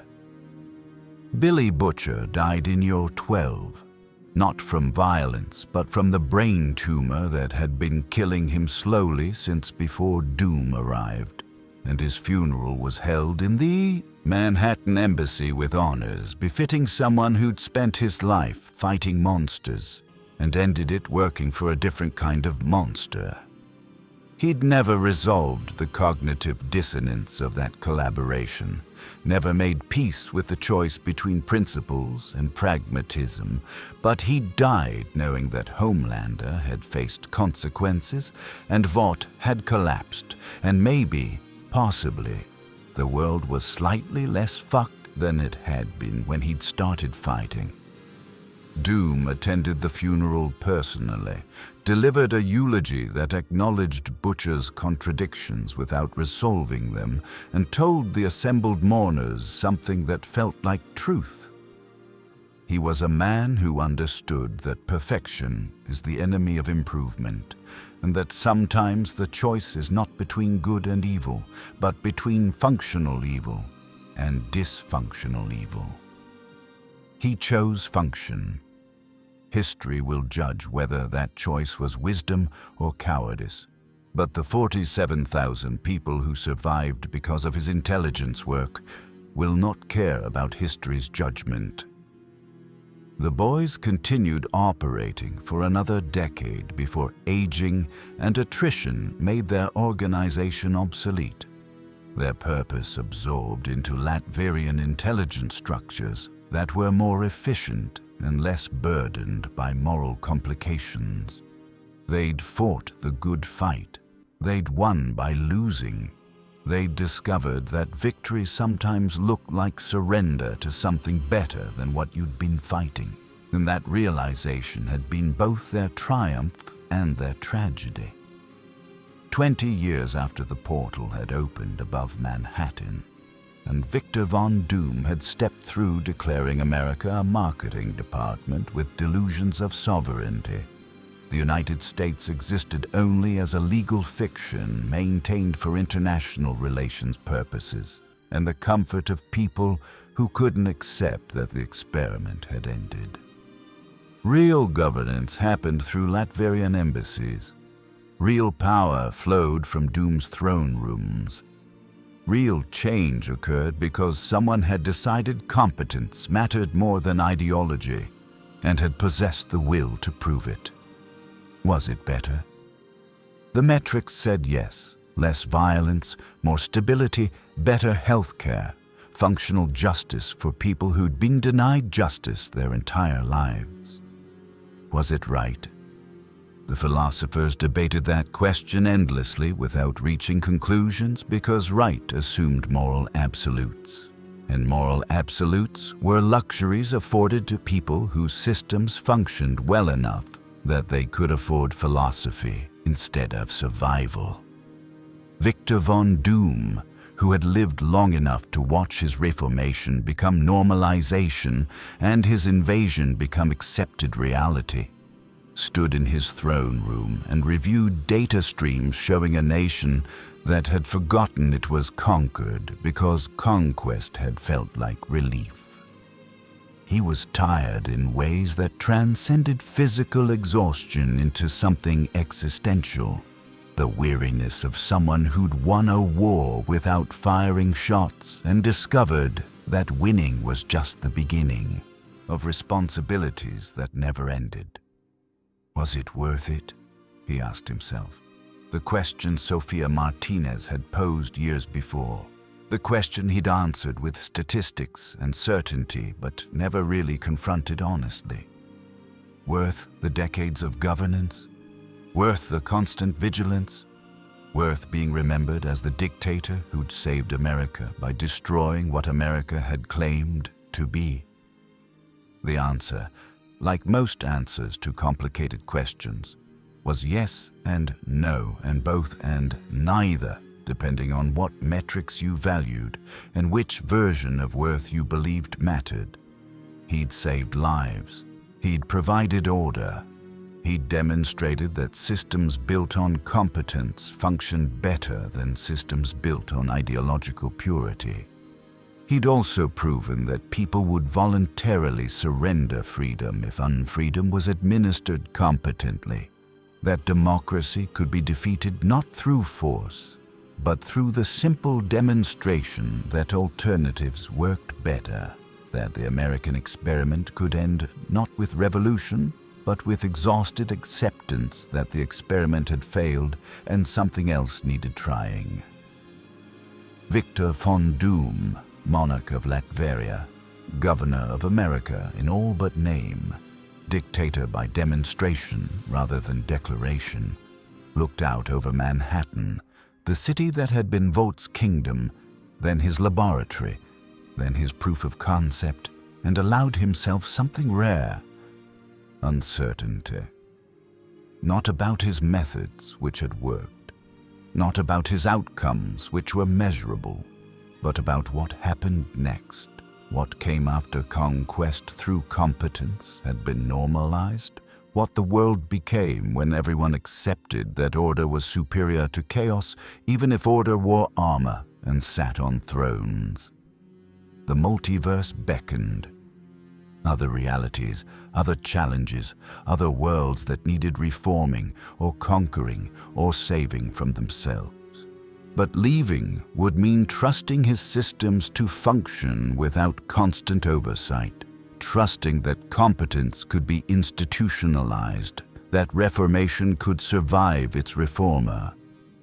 He wasn't certain that trust was justified, wasn't certain anything was permanent except the recognition that governance was endless work and retirement was a luxury afforded to those who'd built systems that could function without them. Doom's system functioned because he was Doom. When he left, if he left, the question was whether he'd built order or just imposed his will with such efficiency that it looked like order until he stopped watching. That question had no answer yet. Maybe wouldn't have an answer for decades. But the question itself was the price of everything he'd achieved, the recognition that even successful conquest left you wondering if success would survive you, and that uncertainty was the tax on absolute power administered absolutely. The sun set over Manhattan. The embassies continued functioning. The reformed Supes continued their work. The people continued accepting governance from a dictator because that dictator governed better than democracy had in living memory. And Victor von Doom sat on his throne and ruled an empire he'd built from competence, wondering if he'd saved a nation or just demonstrated that nations could be saved by anyone willing to care and capable of execution, and whether that demonstration was warning or invitation to the next person who looked at failing systems and decided replacement was preferable to reform.